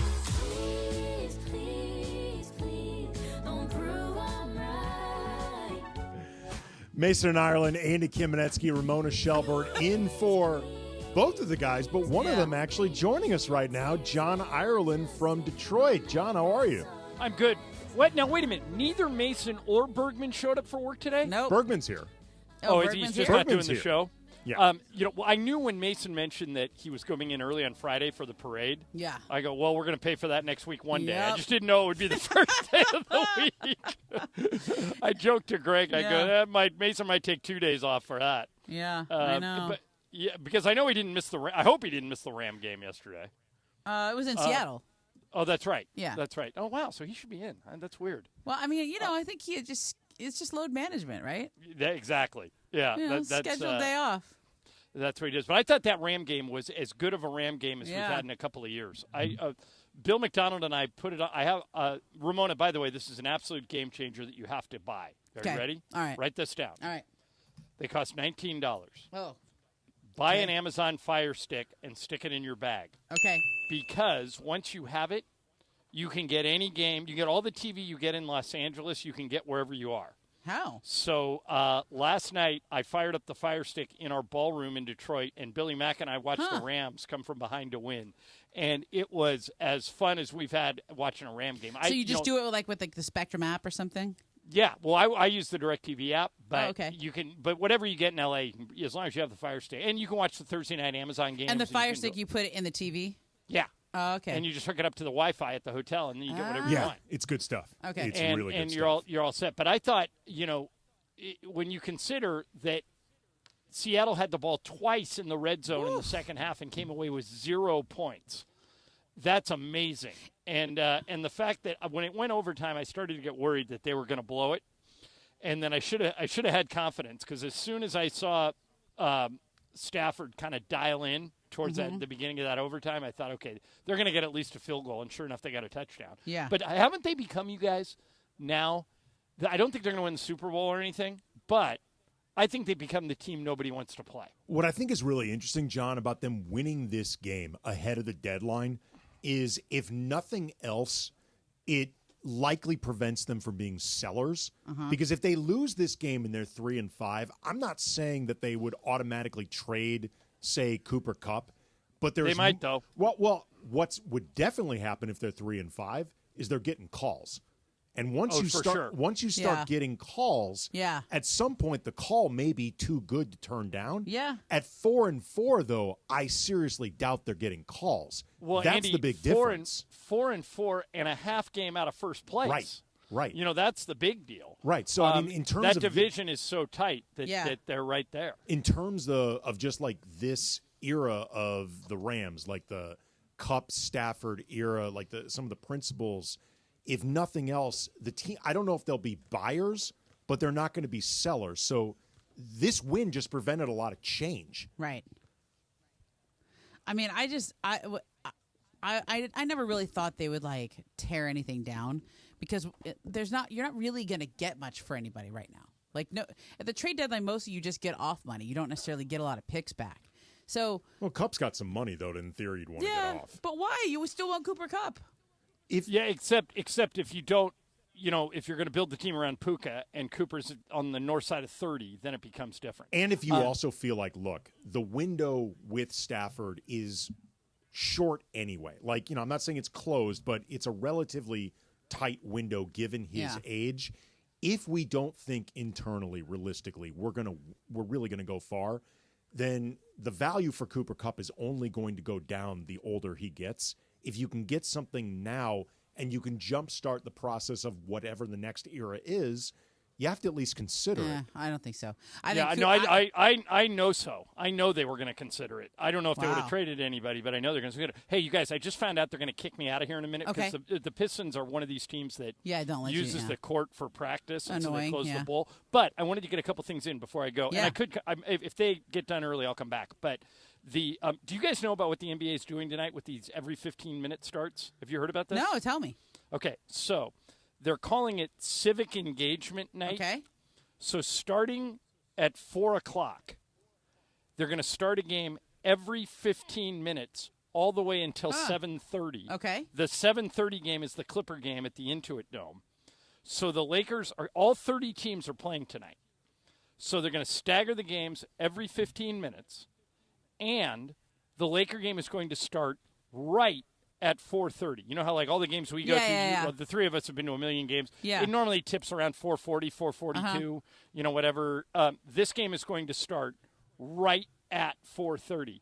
And it's to remind everyone to vote, because tomorrow no NBA games are scheduled. 0. Because they wanted to be able to say to everybody, look, we're going to make a big deal out of Monday, and we're going to encourage everyone to vote. And then Tuesday we're taking the whole day off.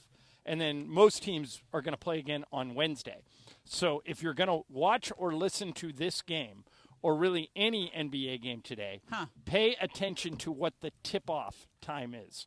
Because for once, they're going to tip off right when they say the game is tipping off. And so in the case of the Lakers, that's going to be right at 4:30. And they should win this game. Detroit's not very good, but Detroit went into Brooklyn yesterday and drubbed the Nets, who had been playing pretty good. Yeah. And 6 Pistons scored in double figures. So I actually think this is going to be a game. Like, Cade Cunningham's playing better this year. Yeah. Jalen Duren had 17 rebounds. And they added some decent veterans. They added Tim Hardaway. They added Tobias Harris. Malik Beasley scored in double figures yesterday. Mm-hmm. So this could be a real game today.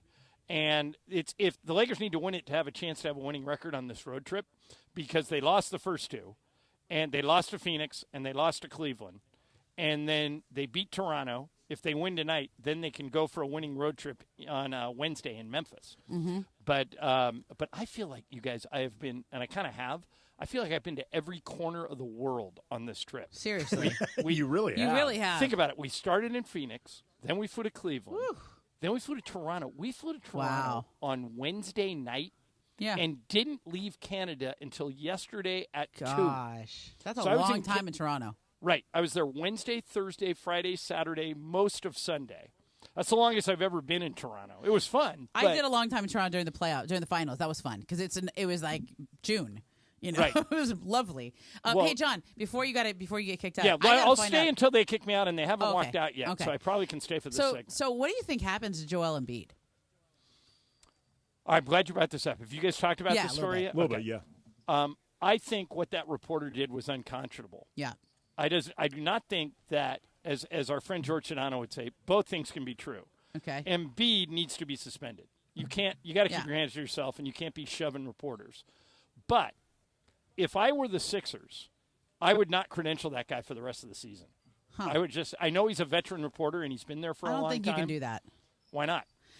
He already apologized. They already took it out, and I don't think you want to start that precedent. It was really bad. I agree with you. It never should have seen the light of day. But okay, you remember there was a guy at the LA Times, I don't want to say his name and make him feel bad again, that wrote the column about UCLA basketball and LSU, and that was a big thing that people got mad about. Yeah, he called them Bayou Barbies. Yeah, and it was in bad taste, and some editors should have caught that and all that. He's not a bad guy. He just made a mistake. Well, here's the other. And I think that Marcus Hayes apologized, and they changed the column already. Here's the Did other you see reason. the apology? I didn't see it. Well, what did he say? It wasn't much of one. We'll put it that way. wasn't. Okay. It was not. But here's why I would not. He didn't seem remorseful to me. I don't. I don't think he is remorseful about it. But the reason I would not pull his credential for the rest of the year, is then you turn him into a martyr, and he doesn't deserve it. Because right now, I don't think so, Andy. I think most people think that guy's a jerk. Yeah, most people They might are think on he's a Embiid's jerk. side here. They might think he's a jerk, but if it's him up against the big bad team, and the multimillionaire athlete, and he gets banned. Fair or not, accurate or not, you're going to turn that guy into a martyr. I mean, Embiid already took something that nobody even read. Okay, literally nobody saw that. That's behind a paywall. It happened. The column came out a week ago. It was October 23rd was the column. So right. He finally responded. I think it was 8 days later. And now you called attention to a column. I mean, to me, that is have the team set up a call with that reporter. You guys handle it face to face. You don't have to do it in front of everyone and elevate that story. That's like when I respond to a Twitter troll or I respond to, you're just giving. I'm just telling you what I would do. Yeah. Well, look, I mean, but how long do you think Joel they're gets? kicking me out, you guys. If I can come back, I will, and All if not, we'll be on with the pregame show at 3. And remember the tip right at 4:30. Okay. Okay. All right, Talk to later, you John. See you, John. All right, bye. I mean, to put it in perspective, as far as it was behind a paywall and most people likely weren't even aware of this. Yeah. You and I we've been in this industry for a while, but both of us been pretty NBA heavy. Yeah. So you just learn who a lot of NBA writers are, whether you know them or not. I never heard of Marcus Hayes. I have no idea who he is until this moment. And so I don't like the precedent of pulling people's credential because they wrote something you didn't like. What he wrote was really bad, but you just both things, as you say, both things can be true. And I think what did he say in his apology? I heard it was not a good apology.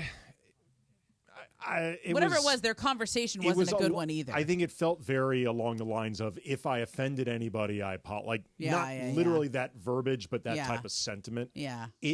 You got to treat people like a human being. Like, I don't care what you can write whatever you want about how somebody plays. You can say that he should be ready for camp after signing the extension or whatever it is. You just can't bring up the guy's son and his brother who passed away. You just can't and put that in the same sentence. It was absolutely and out also, of bounds. where are the editors there? It's the same thing I said with the UCLA column. Like, there was some editor there that, like, that's where, writers complain about their editors all the time. And in this era of publishing, there's often not editors. People self-publish. Mm-hmm. And there's a reason I never will, as much as I might get annoyed with somebody red penning me or changing my work, I will never, ever write a story without an editor because I need that backstop. Please read it closely. Tell me if I'm about writing for The Athletic, writing for ESPN. Yeah. There were times where I got very irritated with my editors. Yeah, of course. In the grand scheme of things, much more lucky to have them than to not have them. Yeah, I mean, like, there's just sometimes you just don't see it. Sometimes, like, you're writing it and you don't see it.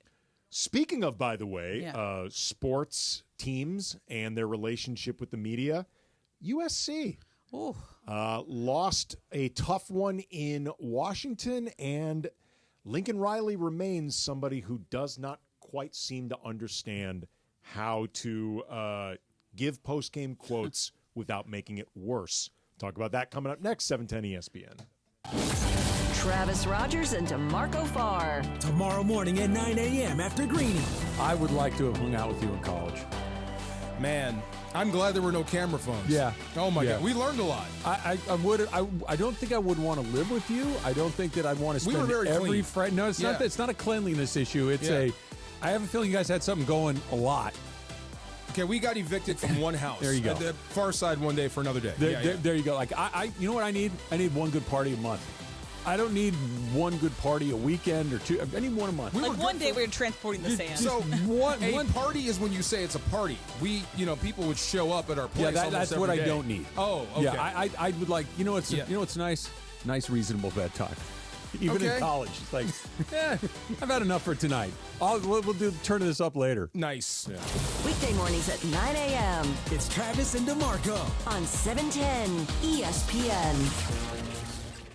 Hey guys, it's Cappy here, and let me talk to you about this issue of dealing with your homeowner's insurance. So your home floods, right? You have a big giant flood at your house, and you realize that the insurance adjuster is trying to pay you so little that you won't be able to repair the damage. That is when you call Avner Gatt.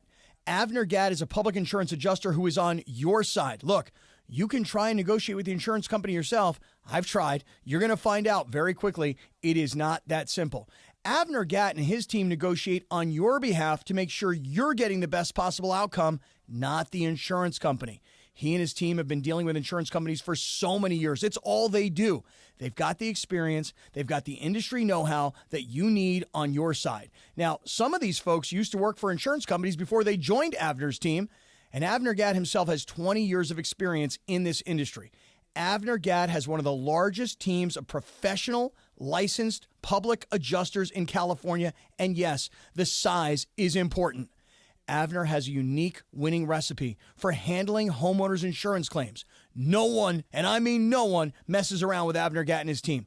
Call Avner Gatt, 818-917-5256, 818-917-5256, or visit AvnerGatt.com. That's AVNERGAT, AvnerGatt.com. You call Avner Gatt, 818-917-5256. Avner takes the call himself. Hello! Hey guys, it's producer Lindsay. Listen up, sports fans. Gear up for your next game day hang with your friends. What's on the menu? Sliders, wings, chips, and salsa? Well, all your favorite game day foods go great with Stella Rosa wines, a semi-sweet and semi-sparkling wine that must be served chilled. Stella Rosa can be found at your local retailer, so remember to grab a couple bottles next time you shop. Nothing sweeter than a cold glass of Stella Rosa and watching your team compete. Please celebrate responsibly. Don't you love the sounds of the holiday season? The bells, the sleighs. Woohoo! If so, your holiday's now even more magical because now during the Hyundai Getaway Sales Event, you can take home your favorite Hyundai with some of the season's greatest savings. Drive away now in one of our most popular models with 0% APR and 0 payments for 90 days. Only during the Hyundai Getaway Sales Event. Offer ends January 2nd. Call 562-314-4603 for details.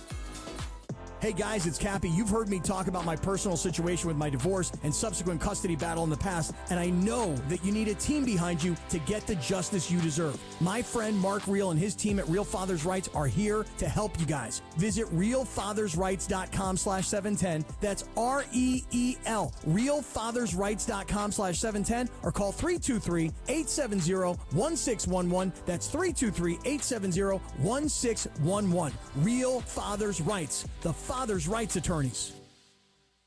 It is Mason and Ireland on 710 ESPN. Don't get it twisted, yo. The most downloaded sports radio show in Los Angeles. The podcast, that is. Mason and Ireland, the #1 most downloaded sports podcast in Los Angeles. The #1 most downloaded sports podcast in Los Angeles, and we thank all of our podcast listeners for that. If you ever miss a moment, get your fill anytime. Just search Mason and Ireland wherever you get your podcast. I want you to be happier when the morning comes and we see what So USC this weekend drops a killer loss to Washington. I know it's on the road. That's a tough place to play, but it nonetheless takes them down to 4-5. You may recall they lost 5 games last year as well. They are not How really. much they paying Lincoln Riley again? I want to say 10 years, $110 million. Ooh.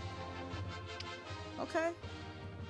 And it's starting to look more and more uninspiring and lacking confidence when it comes to USC. They are not beating anybody good on an even First year in the Big Ten has not gone well. No, it has not. It started out looking good. Yeah, it started off okay. Started out looking good.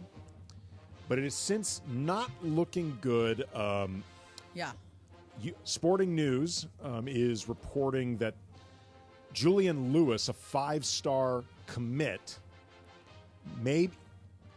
he is, I don't think it's definitive that he is leaving, this 5-star quarterback, Julian Lewis. Yeah. But there are signs increasingly that he is going to either not commit to USC or decommit, whatever it is, that he's going to go elsewhere other than USC. It's predicted he's going to leave USC. Yeah. Leave USC, my apologies. Top 25. When it said top 25 recruit, I wasn't sure whether or not he was still there or not, or if he had not gotten there yet. But it's starting to look bad for USC. It's starting to look bad for Lincoln Riley when he's not working with a quarterback that is clearly special, like a Caleb Williams, a Kyler Murray, a Baker Mayfield, a Jalen Hurts. Like Miller Moss is, I think, a good college quarterback. Like he's good, but he's not those guys. Like he's not. But he didn't even win with Caleb.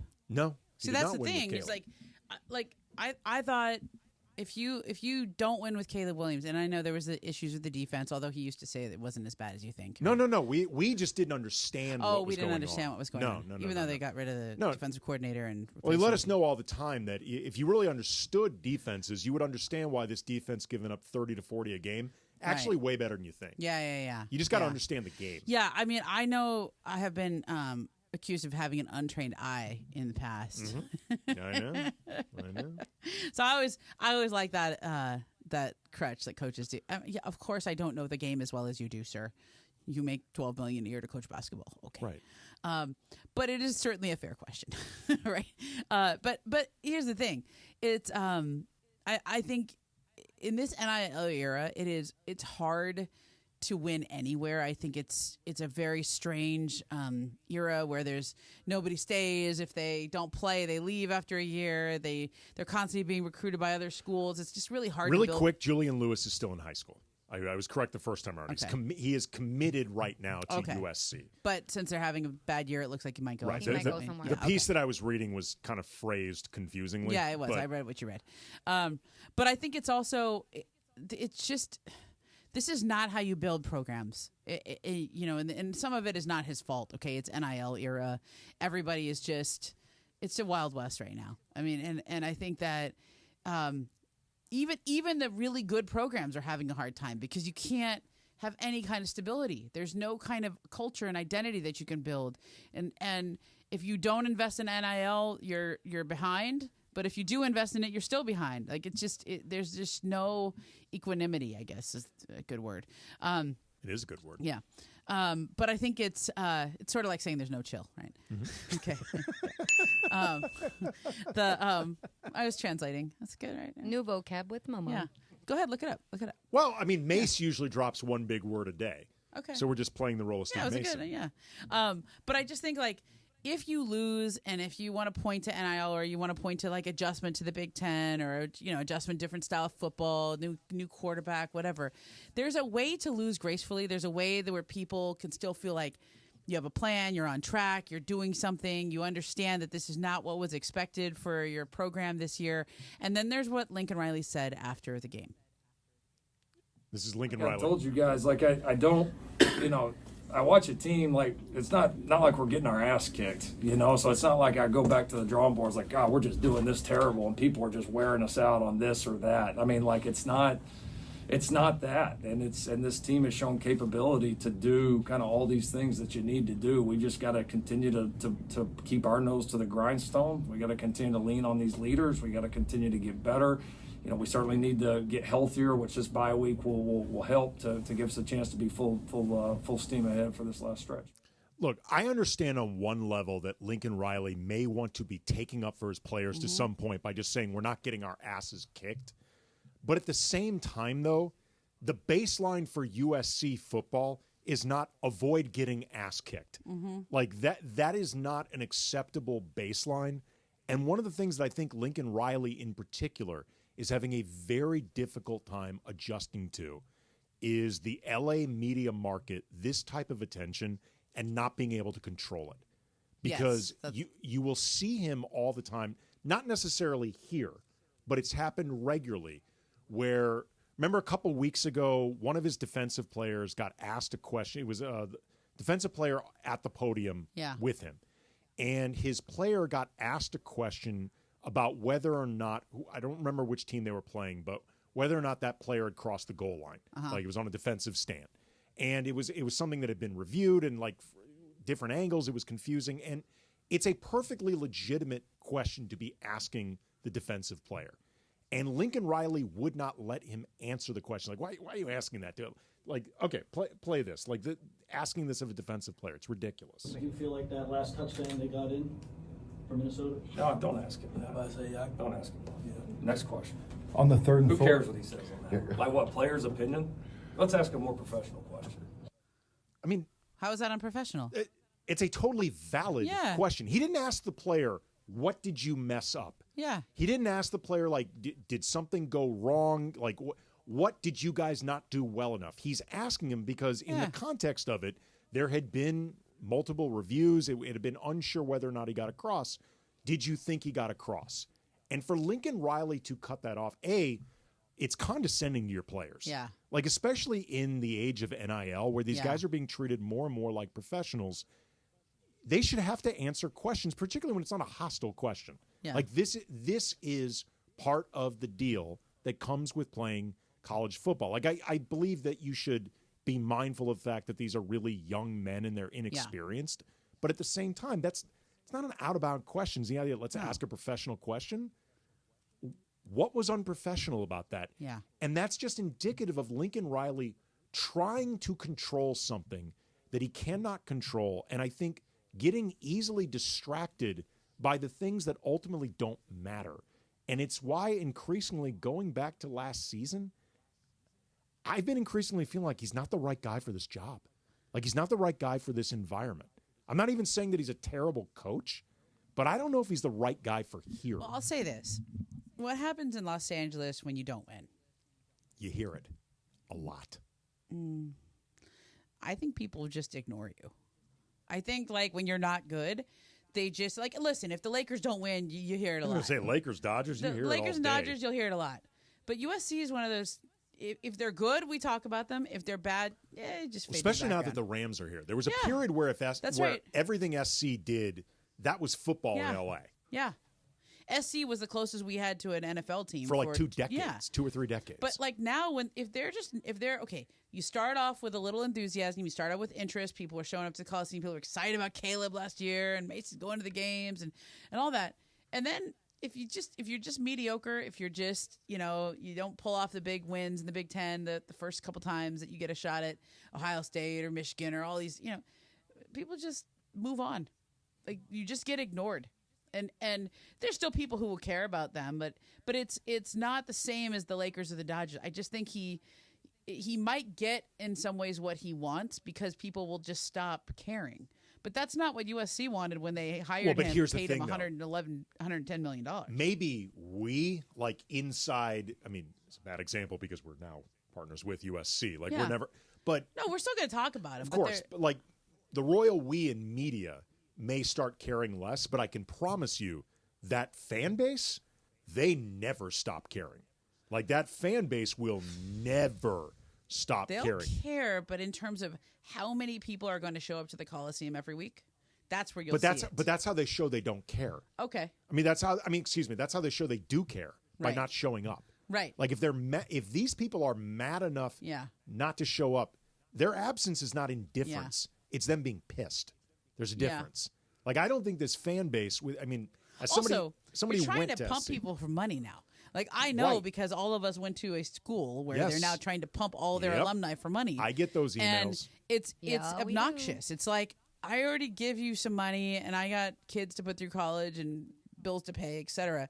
And it's like this idea that all of your alumni now are going to chip in a whole bunch of money for NIL. Well, and then if it doesn't show results, if that's it's what not I'm saying. Like one way or another, it's not going to come across in indifference. Yeah, it's going to be a fan base that they've had a lot of problems with this program. And let's be honest, I know the other sports at USC are important. Like my daughter's really into volleyball. We've been to a few. Women's basketball team is the best team they got going. We've been to a few USC volleyball games. They're incredibly fun. It's a great atmosphere. Yeah. But at the end of the day, when you talk about USC sports, you're talking about USC football. Right. And that is ultimately the engine that drives everything else.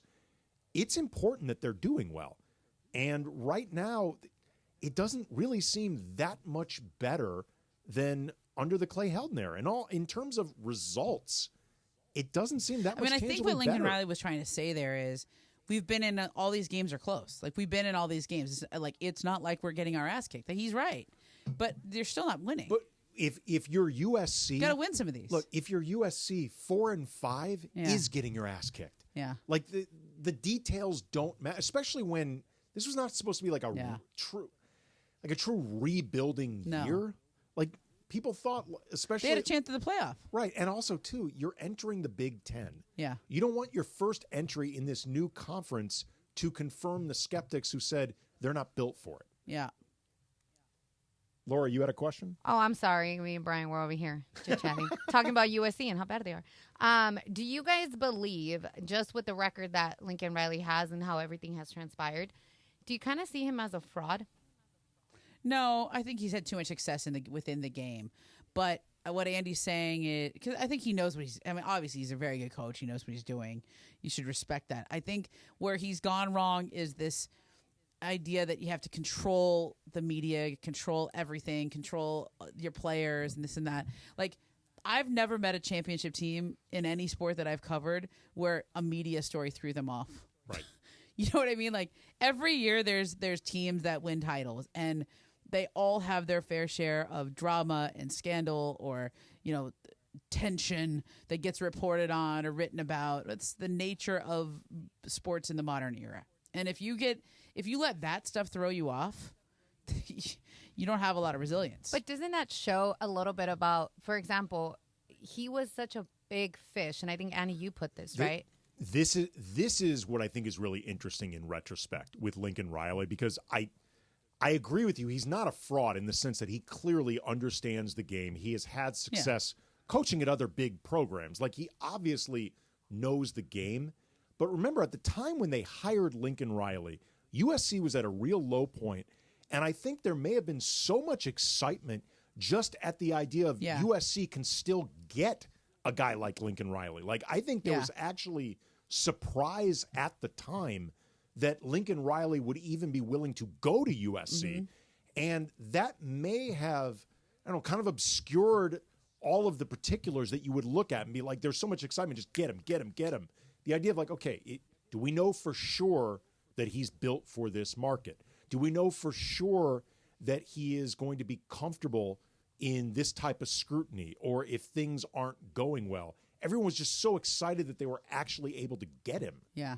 Like, I'm not sure and he did past for the first year or two. I thought he really paid off. Right, but also everybody was so excited, A, to be gone from Helton, and B, by Caleb Williams. Like, a lot of that excitement was really, I think, especially in retrospect, more about Caleb Williams than about Lincoln Riley. Like, Caleb Williams was the guy out there papering over everything going badly. Yeah.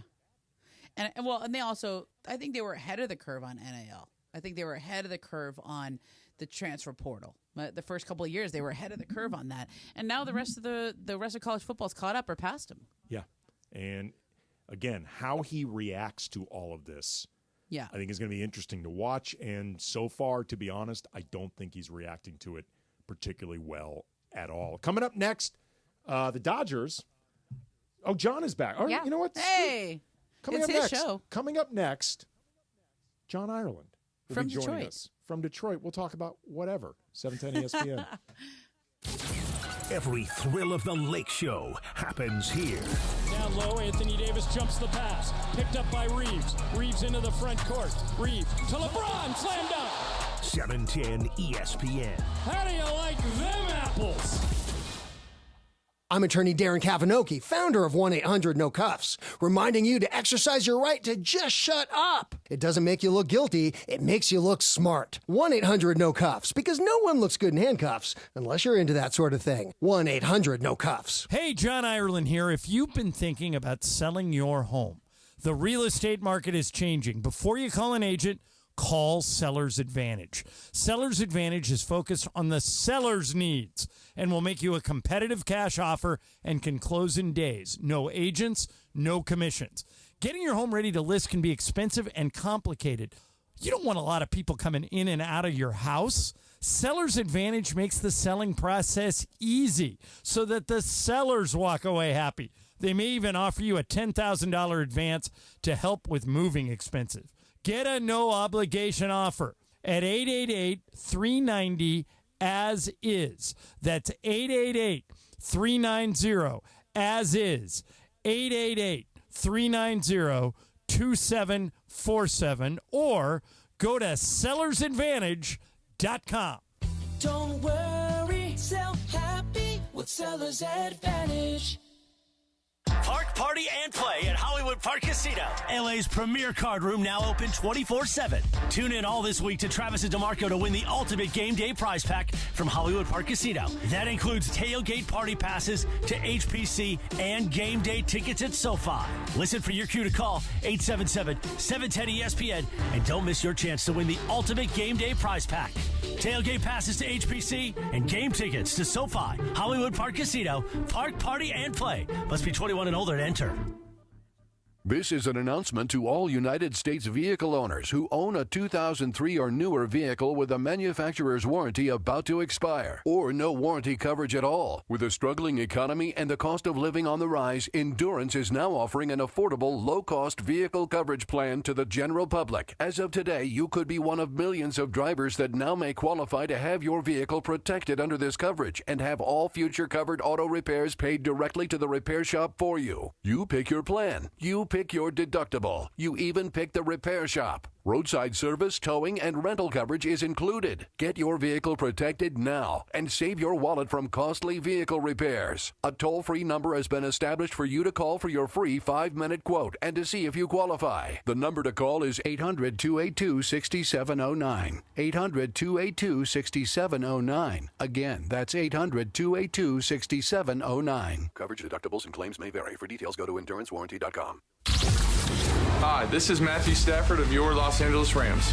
This is Mason and Ireland on your home of Rams football, 710 ESPN.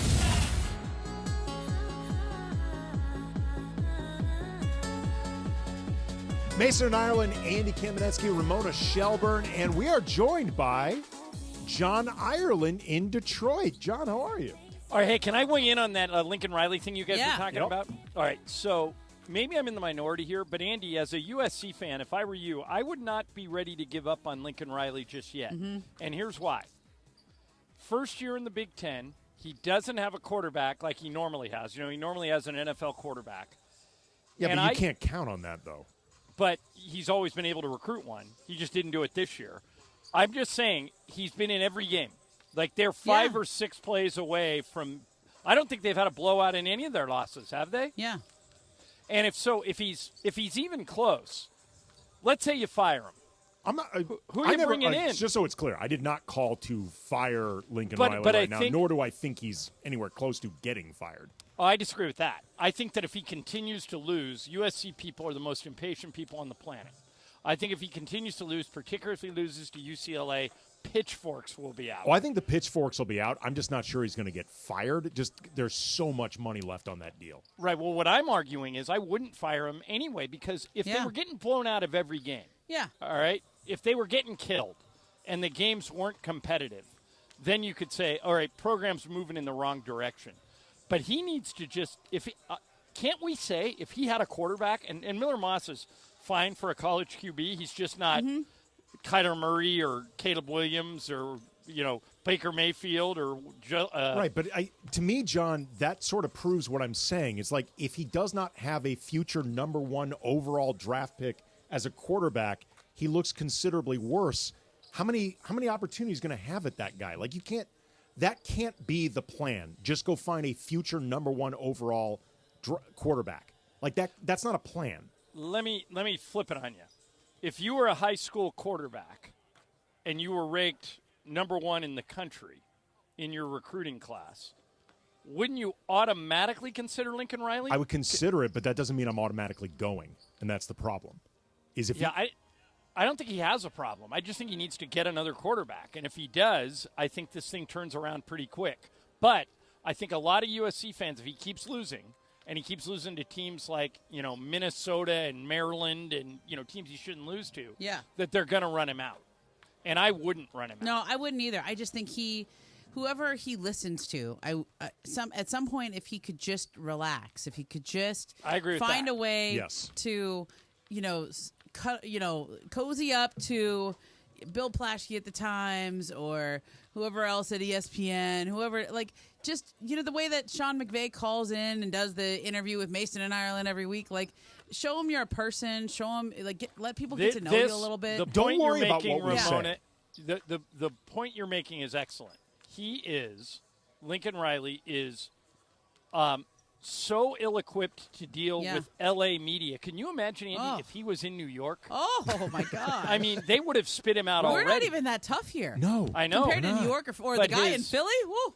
I think Marcus Hayes was covering this team. Oh, my God. If Lincoln Riley pulled what he pulled last year when he there was some young reporter at the Daily News that he suspended for really no reason. But this is what that's and then this how he closed practice 2 weeks ago and he doesn't want anybody seeing what he's doing. I mean, that reeks of Norman, Oklahoma, of a big fish in a small pond. That's not going to work here. Well, it's also though if USC or some big donors don't get through to him, just knock it off. Stop worrying about what the media says and just coach. If he does not get that through his head, then I think eventually he is going to start self-destructing because after a while, this is just going to start bothering him more and more and more, and then the coverage is going to get worse and it becomes cyclical. You know what he needs to do? He needs to go out to dinner with Phil Jackson, Dave Roberts, and Sean McVay and have them explain to him, look, we don't like the media either, but we did the dance because it's easy to do. And Lincoln, to this point, hasn't danced. And then the problem is when you go on a losing streak like he's on, everybody thinks they don't give you the benefit of the doubt. Pete Carroll's on campus. Have Pete talk to him. Seriously. Yeah. Everybody thinks you're a pompous ass who doesn't get it. And I don't know if that's true about Lincoln Riley, but we never know. Mason and I have never interviewed Lincoln Riley. It's so lame. Ever. I mean, we're the USC station. I don't know if we can say that about any coach in the town over the last 30 years. Right. And every time Greg calls and asks, they say no. And it does him a disservice because it's not like if he comes on this station, particularly now, that he's going to be going into seriously hostile territory. Mason goes to every game. Right. Yeah. It would be helpful for him if he would do this stuff. It would actually, I think, serve a greater purpose for him. Well, and every time I see him do media, he does fine. I mean, he does well. Maybe he just doesn't like it. I don't know. Well, here's what I would say. He doesn't like it after losses. Usually, but I mean, that's part of the job. I know it is. We sometimes when we talk about you should talk to the media, I think people listen and go, "Oh, you just want them to talk to you because it's self-serving or whatever it is." I never see it that way. I really think that the media is a conduit for your fans to see who you are and what you're about. And the more that you let them see you, that's why I like the backstage Lakers or the backstage Dodgers or whatever it is. Like when you get to see people in their element, and even if it's somewhat manufactured or whatever, you like them more. The more you see and hear from them, the more you understand them, the more you give them the benefit of the doubt. And the only time fans are hearing from him is during these press conferences, particularly after losses, where he seems defensive.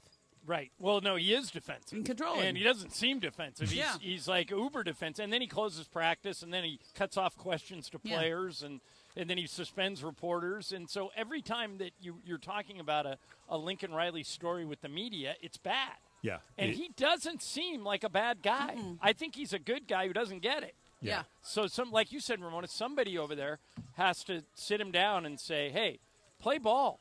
Just play ball, because now the media doesn't like him. It'll make his own life way easier. All right, coming up, John, we got a little game of games. I've heard you're going to stick around for it, correct? Oh, wait, whose game is it? My game. Oh, good. You missed my game the other day. I thought I had Ramona's a good game the other day. I won Ramona's game the other day, and Ramona, it was actually very good. Yeah, thanks. It was like the hometowns of everybody's. Yeah, it was good. The relievers. Brian had it, and he at the end, we both thought the answer to the last question was Texas. And the only reason I won is because Ramona didn't have a tiebreaker, so I guess California Well, I did a lucky. tiebreaker, but it was the wrong kind of tiebreaker. Right. Yeah. All right. Well, it's my game coming up, and we're going to play that coming up next. Andy Kamenetsky, Ramona Shelburne, John Ireland joining us from Detroit. Mason Ireland, 710 ESPN. The most followed sports radio station in America. 710 ESPN. At ESPN Los Angeles on Instagram, Facebook, Twitter, YouTube, TikTok, and Twitch. LA's mega sports station. 710 ESPN.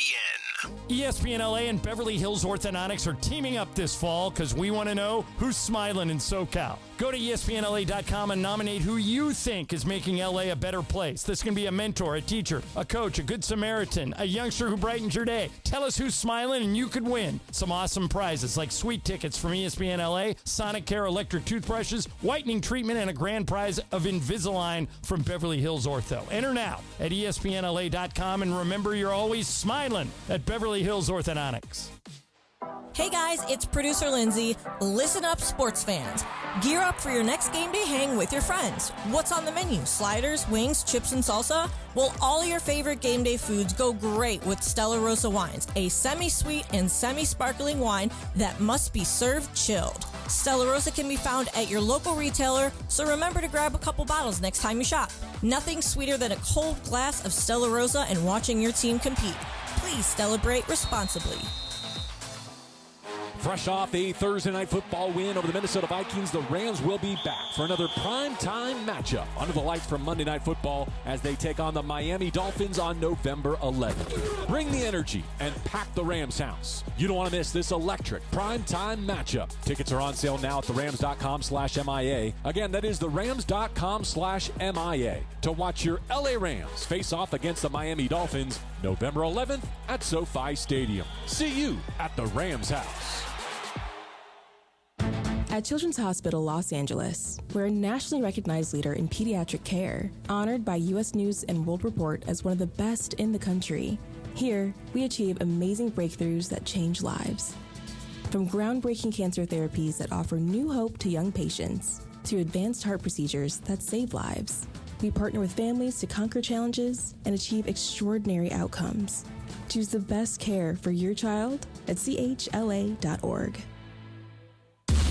710 ESPN. And it is time for Game of Games on the #1 sports radio show in L.A., Mason and Ireland. Game of Games. Game of Games presented by CallJacob.com. Call Jacob. Everyone loves a fighter, but in this town, winning matters, especially after an accident. So remember, anyone can fight, but CallJacob.com is here for you when you need a big win. After an accident, go to CallJacob.com or call 844-24-JACOB. That's 844-24-JACOB. We got the jingle. Call Jacob.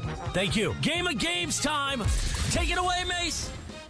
And it is about to start Game of Games. Real quick, I just want to give an acknowledgement to the passing of Quincy Jones today. Yeah, I saw that. 91 years old. Just a staggering influence, not just in music, but in entertainment in general. Like, it is not an overstatement to say the world of entertainment as we know it would be different without Quincy Jones. That's right. So just wanted to make sure we acknowledge that. As far as the Game of Games, you may have heard, guys, tomorrow, Election Day. Yeah. Go vote, people. There's do vote. There's been some news coverage about this. We're going to have a 47th president of the U.S. There's also a rich history of Hollywood actors playing real-life presidents 1 through 46. Okay, I might be good at this. So I'm going to give you... Are you going to be good at this, John? I think so. I'm going to give you an actor, and you're going to tell me... Brian's going to win now because we both popped the up. real-life president come on. that Thanks, this guys. actor has portrayed. Okay. Okay. Go ahead. Let's go. We start with Robin Williams. Okay. Ulysses S. Grant, Theodore Roosevelt, or Grover Cleveland. Ulysses S. Grant, Theodore Roosevelt, Grover Cleveland. Robin Williams played him. Momo, we begin with. Teddy Roosevelt. John. I agree with Momo. Roosevelt. Laura. Roosevelt. I can tell you the movie. Roosevelt. You are all correct. He played Roosevelt. Night at the Museum, right? Yep. Night at the Museum I was like, I franchise. know the movie. Yeah. He also played Dwight Eisenhower in the movie The Butler. Oh, I didn't know that. Okay. So there you go. All right. Josh Brolin played George H.W. Bush, George W. Bush, or George Washington. Josh Brolin, George H.W. Bush, Ooh. George W. Bush, or George Washington. Ireland goes first. W. Laura. Sure, why not W? Give me Washington.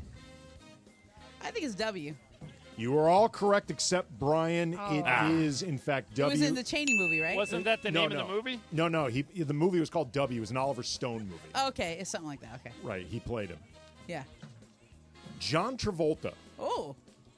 Bill Clinton, Richard Nixon, or Rutherford B. Hayes. Bill Clinton, Richard Nixon, or Rutherford B. Hayes. Laura. Let's go Nixon. Let's go Hayes. Momo. Man, I want to say Nixon, but I think it's Clinton. Momo says Clinton. It is Clinton, and it was in primary colors. There John it is. 100% correct. Yeah. And, And by so the way, is Momo. And Momo. He was 3 for 3 on you guys. he was fantastic. He in was primary good, yeah. colors. He's Good, really John. good. I'm glad you knew the movie. And by the way, Andy, It it was was a good movie. loosely based on Bill Clinton, according to the people who did that movie. Yeah, it was Right. Bill Clinton. Exactly. Emma Thompson also Yeah, very good she as was. Hillary. Yeah, she was really good there. Nick Nolte. Okay. Nick Nolte. Abe Lincoln, FDR, or Thomas Jefferson. Oh. Abe Lincoln, FDR, Thomas Jefferson. Brian goes first. Give me Abe Lincoln. Momo. What's the third one? Thomas Jefferson. Oh. Nolte. Nick Nolte. Oh, I'm going to go with Jefferson. Okay. John. I remember this movie. It I was don't remember it. I think it was a TV show, actually, but I don't remember Okay. who was playing. I'm going to go. Give me the three again, Andy. Abe Lincoln, FDR, Thomas Jefferson. I'm going to go Jefferson. Laura. I'll go with Brian, and I'll go Lincoln. Oh, you should have stuck with the clubhouse leaders, Momo and John Ireland. We're such nerds, John. I know. We There was a this. movie called Jefferson in Paris. It came out Yeah. in the mid-'90s. Him and Tandy Newton. I want to say Gwyneth Paltrow was in See, it. I didn't know this one, but I was like, who does he look like? Who could he play? Alan I can't see him play Lincoln. Alan Rickman, the late, Oh, great yeah, Alan Alan Rickman, okay. Hans Gruber in Die Hard. Yeah. Woodrow Wilson. Also in Love Actually, the most underrated such a Christmas good movie. of all Yeah, time. agreed. I was waiting for you to bring it up. Yeah. Alan Rickman, Woodrow Wilson, Ronald Reagan, or Gerald Ford. Woodrow Wilson, Ronald Reagan, Gerald Ford. Momo goes first. Let's go with Reagan. John. I'm with Ramona. It's Reagan. Okay. Laura. Why should I go any different? But I'm going to go Ford.